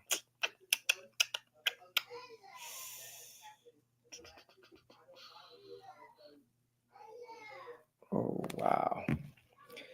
Yeah, let me turn to this. Let me go to this, man. Pro Box be delivering, bro. I ain't gonna lie. I don't think I watched too many cards that was bad from them. You know what I mean? They usually don't. And this is coming on at 7. Oh, yeah, about 20 minutes. Perfect timing. Perfect timing. Cardoso versus Ramirez. Let's go. Shoo versus Espinoza too. Yeah. Shoo. The only issue with Shoo is going to be him getting the right experience before people feel like he's ready for them fights. I think that'll just come with time. As long as they continue to keep him active like they've been doing. Got to fight before the end of the year. Look sharp as hell. Look better than he did the last time. Now he got that. He can build off that performance going into the new year. I like Shoo. Banks said, "What did I watch? Pro Box?" That's on YouTube, Banks. On YouTube, Brody. Right on YouTube. Type in Pro Box TV. Go watch their channel. Go subscribe to them. I'm definitely subscribed to Pro Box. I just made sure my notifications was on for this so I could get the notification when they live. Yeah, YouTube, free of charge, and enjoy it. Pay attention to David Picasso this weekend. I'm going to get an undercard. If he wins, he may get the anyway fight in Vegas in April. Okay. Picasso is #1 in WBC. That's why I call him the fax machine, bro. He always got some information that not everybody is talking about. Appreciate my guy, the plug. My God, L-Dub, man. For free. Yeah, Banks, for free. So, again, look, that's in 20 minutes. Again, salute to everybody in the building. Always a dope build. Appreciate everybody. We're going to play the raffle one more time, y'all. For anybody that's not aware that we're doing a raffle, it ends December 25th. $5 to get you in the raffle. We went from giving away half the bag to the entire bag. So, y'all can replenish the pockets on these holidays, man. The JBT is back at it again, y'all. This time, amazing raffle for the holidays. Replenish the pockets. Sometimes things go grim and, you spend a little bit more than you anticipated, but we're here to help you out. $5 to get you in, $20 to get you in 5 times for winner takes half. Hold on. I didn't know that was the details, y'all. Hold on. Cut. Hey, Remo. Hey, yo, Karen, why y'all ain't let me know that the prize was winner takes half? Now, this is dope. It's been running for some time now, silly. Is JBT a content creator ought to get into this? Absolutely not. Are you crazy? No. Nope. Wow, that's crazy. No content creator, just JBT supporters. Sorry. Whatever. Bye. Like I was saying, $5 to get you in 1 time, $20 to get you in 5 times. Winner takes half. Can't win if you don't play, man. Jump in the raffle. JBT Network 1 is the way you get in. Leave your name and the means of contact. And enjoy the holidays. Shout out to my guy Remo. Yes, sir, man. And again, correction to the video, not half the bag, the entire bag to a winner, because we appreciate y'all. We found a way to get back. So far, so good. We will be wrapping up the raffle December 21st. But until then, we're going to be pushing it. And, you know, salute to everybody that participated and that lucky winner that's going to win that bag for the holidays. You dig? You dig. Shout out to the fan. Appreciate y'all, man. So with that, man, I got a Sean Porter video that's going to piss y'all off. Sean Porter clip going to piss y'all off before we get to going. Shout out to my guy, All Things, man. You know what? I'll say that for another day. That's what I'll do. But, man, that's all I got for this one, man. I appreciate everybody in the building. Shout out to the fam, the JBT fam, everybody at the Super Chat Cash App. Appreciate y'all. We going to keep building. I will see everybody tomorrow. 4 o'clock, y'all already know. Same time as always. We going to be back to build on this boxing. Y'all already know. So be sure to like, comment, subscribe, and all that good stuff. See y'all at Pro Box. You already know my guy, Undercard Boxing. Banks, my guy. Shout out to Melanie Queen, the queens of the chats, and the family, man. Appreciate everybody, man. I'll be with all y'all tomorrow, 4 p.m. Tap back in and let's build, y'all. Peace to the fam.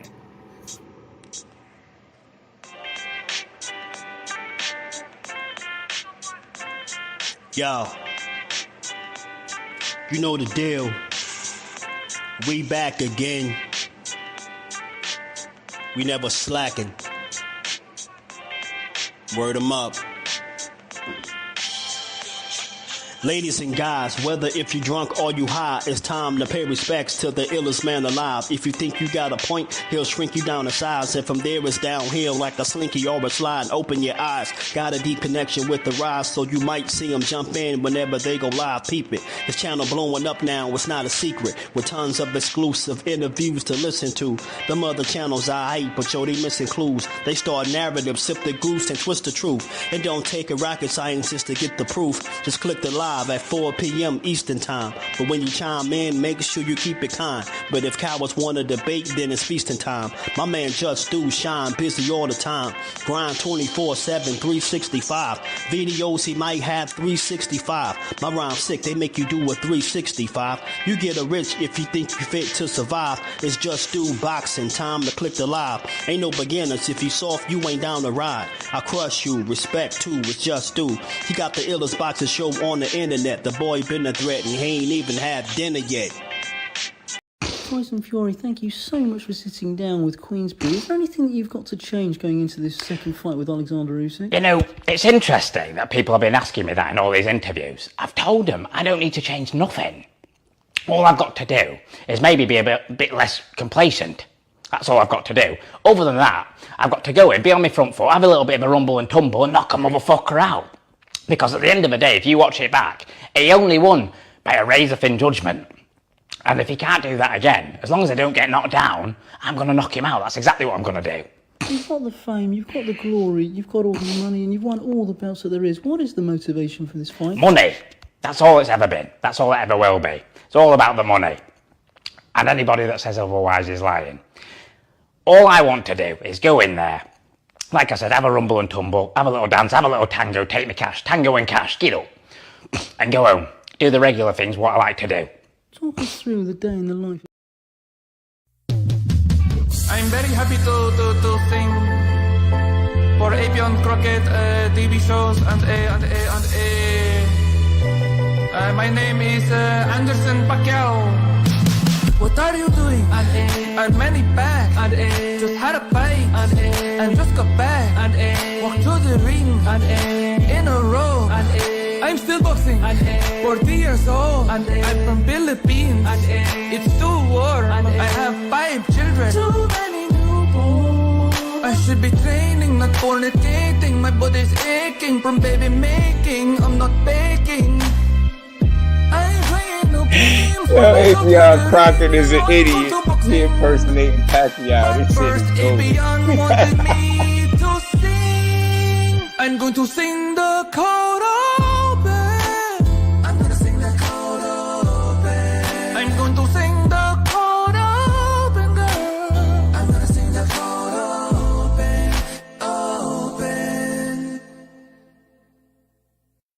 Yo, fucking ass dummy. Yo, Tank Davis gonna fuck yo up from DC. What? Lamont ain't going like nothing out here, Mo.